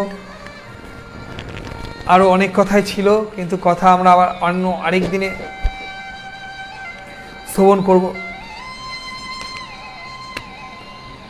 যে একবার এই বৃন্দাবনে সর্বদা বৃন্দাবনে লীলা হয়, আরও কত যে এরকম লীলা আছে, সকল লীলা আস্বাদন করব। যাক, ভগবান যদি কৃপা করে তাহলে আমাদের সেই কৃপা আমাদের মধ্যে কাজ করবে যে আমরা রাধারানীর কথা কীর্তন করতে পারবো। পিঙ্কি সরকার প্রিয়া মাতাজি আমাদেরকে বলছেন, প্রভু রাধারানীর পুরো জীবন লীলা শুরু থেকে শেষ পর্যন্ত কীর্তন করুন, আমার খুব জানার ইচ্ছা। অবশ্যই কীর্তন করব এবং খুব শীঘ্রই, 1-2 দিনের মধ্যেই করবো। মাতাজি আপনি থাকবেন আমাদের সাথে লাইভে। যারা লাইভে আছে তাদেরকে অনুরোধ করবো কৃপাপূর্বক আপনারা শেয়ার করবেন, কারণ শেয়ার করলে আমাদের এই কথাটাকে আরও বেশি লোকের কাছে পৌঁছে যাবে। তাই আমরা যে উদ্দেশ্যে এখানে কৃষ্ণ ভক্তি প্রচার করার উদ্দেশ্যে আমরা এখানে বসেছি, সেই উদ্দেশ্যটা আমাদের সফল হবে। বোঝা গেল? আরও কিছু আমরা প্রশ্ন নিয়ে নেব। সৌরভ গো বলছেন, বৃন্দাবন লীলা শুনলে মন শান্ত হয়ে যায়। হরি বল। সত্যই তাই, বৃন্দাবন লীলা মধুর ও প্রেম লীলা, যা আস্বাদন করলে আমাদের হৃদয় মন সব কিছু শুদ্ধ হয়ে যায়। এর থেকে আনন্দের আর কিছু নাই ব্রজলীলার থেকে। তাই প্রত্যেকের আমাদের উচিত ব্রজলীলাকে আশ্রয় করা। কুন্তল ঘোষ প্রশ্ন করছেন, কুন্তান প্রভু প্রশ্ন করছেন, প্রভু একবার গুরু নেওয়া হয়ে গেলে দ্বিতীয়বার গুরু নেওয়া যায়? অবশ্যই নেওয়া যেতে পারে। যদি আপনার পূর্ববর্তী গুরু ভুল করে গুরুদেবের দীক্ষা নিয়েছেন, অর্থাৎ গুরুদেবকে দেখলেন গুরুদেব কৃষ্ণ তত্ত্ববেতা নয়, গুরুদেব কে হবেন? যিনি কৃষ্ণ তত্ত্ববেতা। কিবা বিপ্র কিবা ন্যাসী শুদ্ধ কারণ হয়, যেই কৃষ্ণ তত্ত্ববেতা সেই গুরু হয়। বোঝা গেল? যিনি কৃষ্ণ তত্ত্ববেতা তিনিই গুরুদেব হতে যোগ্যতা অর্জন করতেন। তাই আমাদের সর্বদা মনে রাখতে হবে, গুরুদেব যদি আমার ভুল গুরু আমি চয়ন করে ফেলি, পরে দেখলাম গুরুদেব ভুল ভ্রান্তি করছেন, গুরুদেব অধর্মের পথে চলছেন, মুখোশ অর্থাৎ মুখোশ, তখন সেই গুরুদেবকে নমস্কারপূর্বক ত্যাগ করে আপনি সদ্গুরুর আশ্রয়ে আসতে হবে। এক্ষেত্রে গুরুদেব যদি কৃষ্ণ বহির্মুখ হয় তবেই ত্যাগ করা যায়, নচেত নয়। নইলে সকল গুরুদেবই হলো ভগবানের কৃপাধন্য, সকলের মধ্যে শক্তি আছে। যখন গুরুদেব দেখব কৃষ্ণ বহির্মুখ জীবনযাপন করছে, কৃষ্ণ বহির্মুখ কথা বলছে, তখন সেই গুরুদেবকে ত্যাগ করতে হবে। হরে কৃষ্ণ। আমরা বেশ কিছু প্রশ্ন নিলাম, আজকে আমরা আর বেশি টানবো না অনুষ্ঠান। আপনারা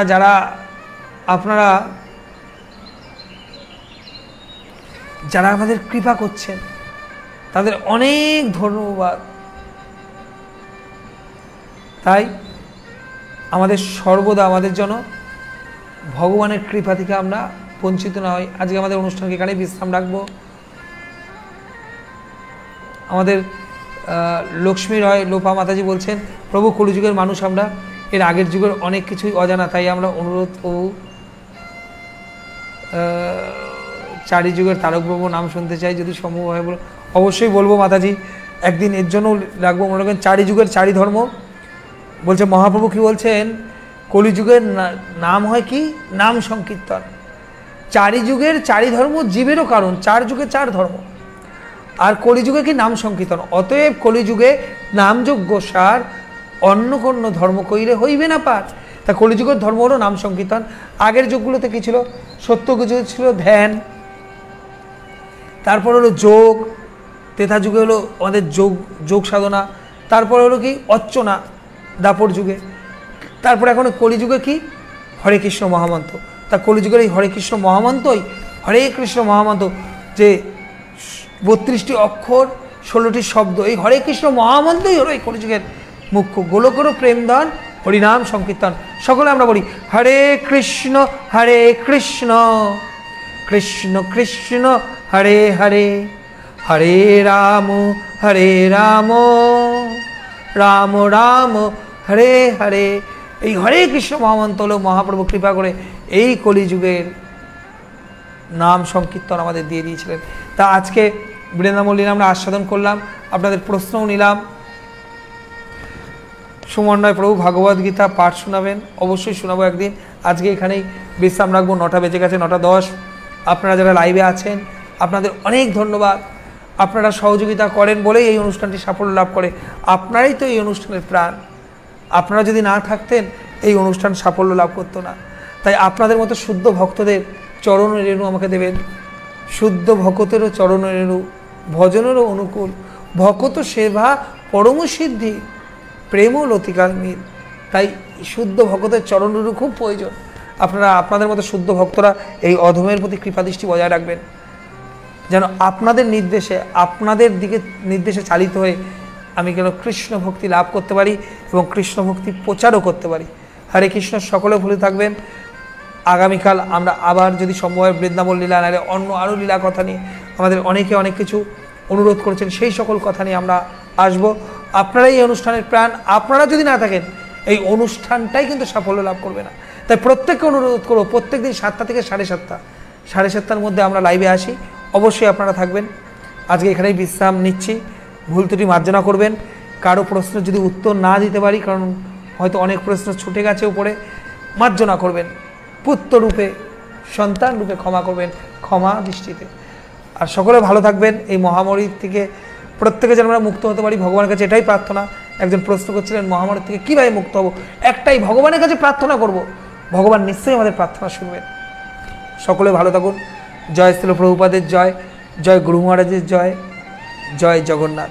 হরে কৃষ্ণ, হরি বল। সকলে ভালো থাকুন।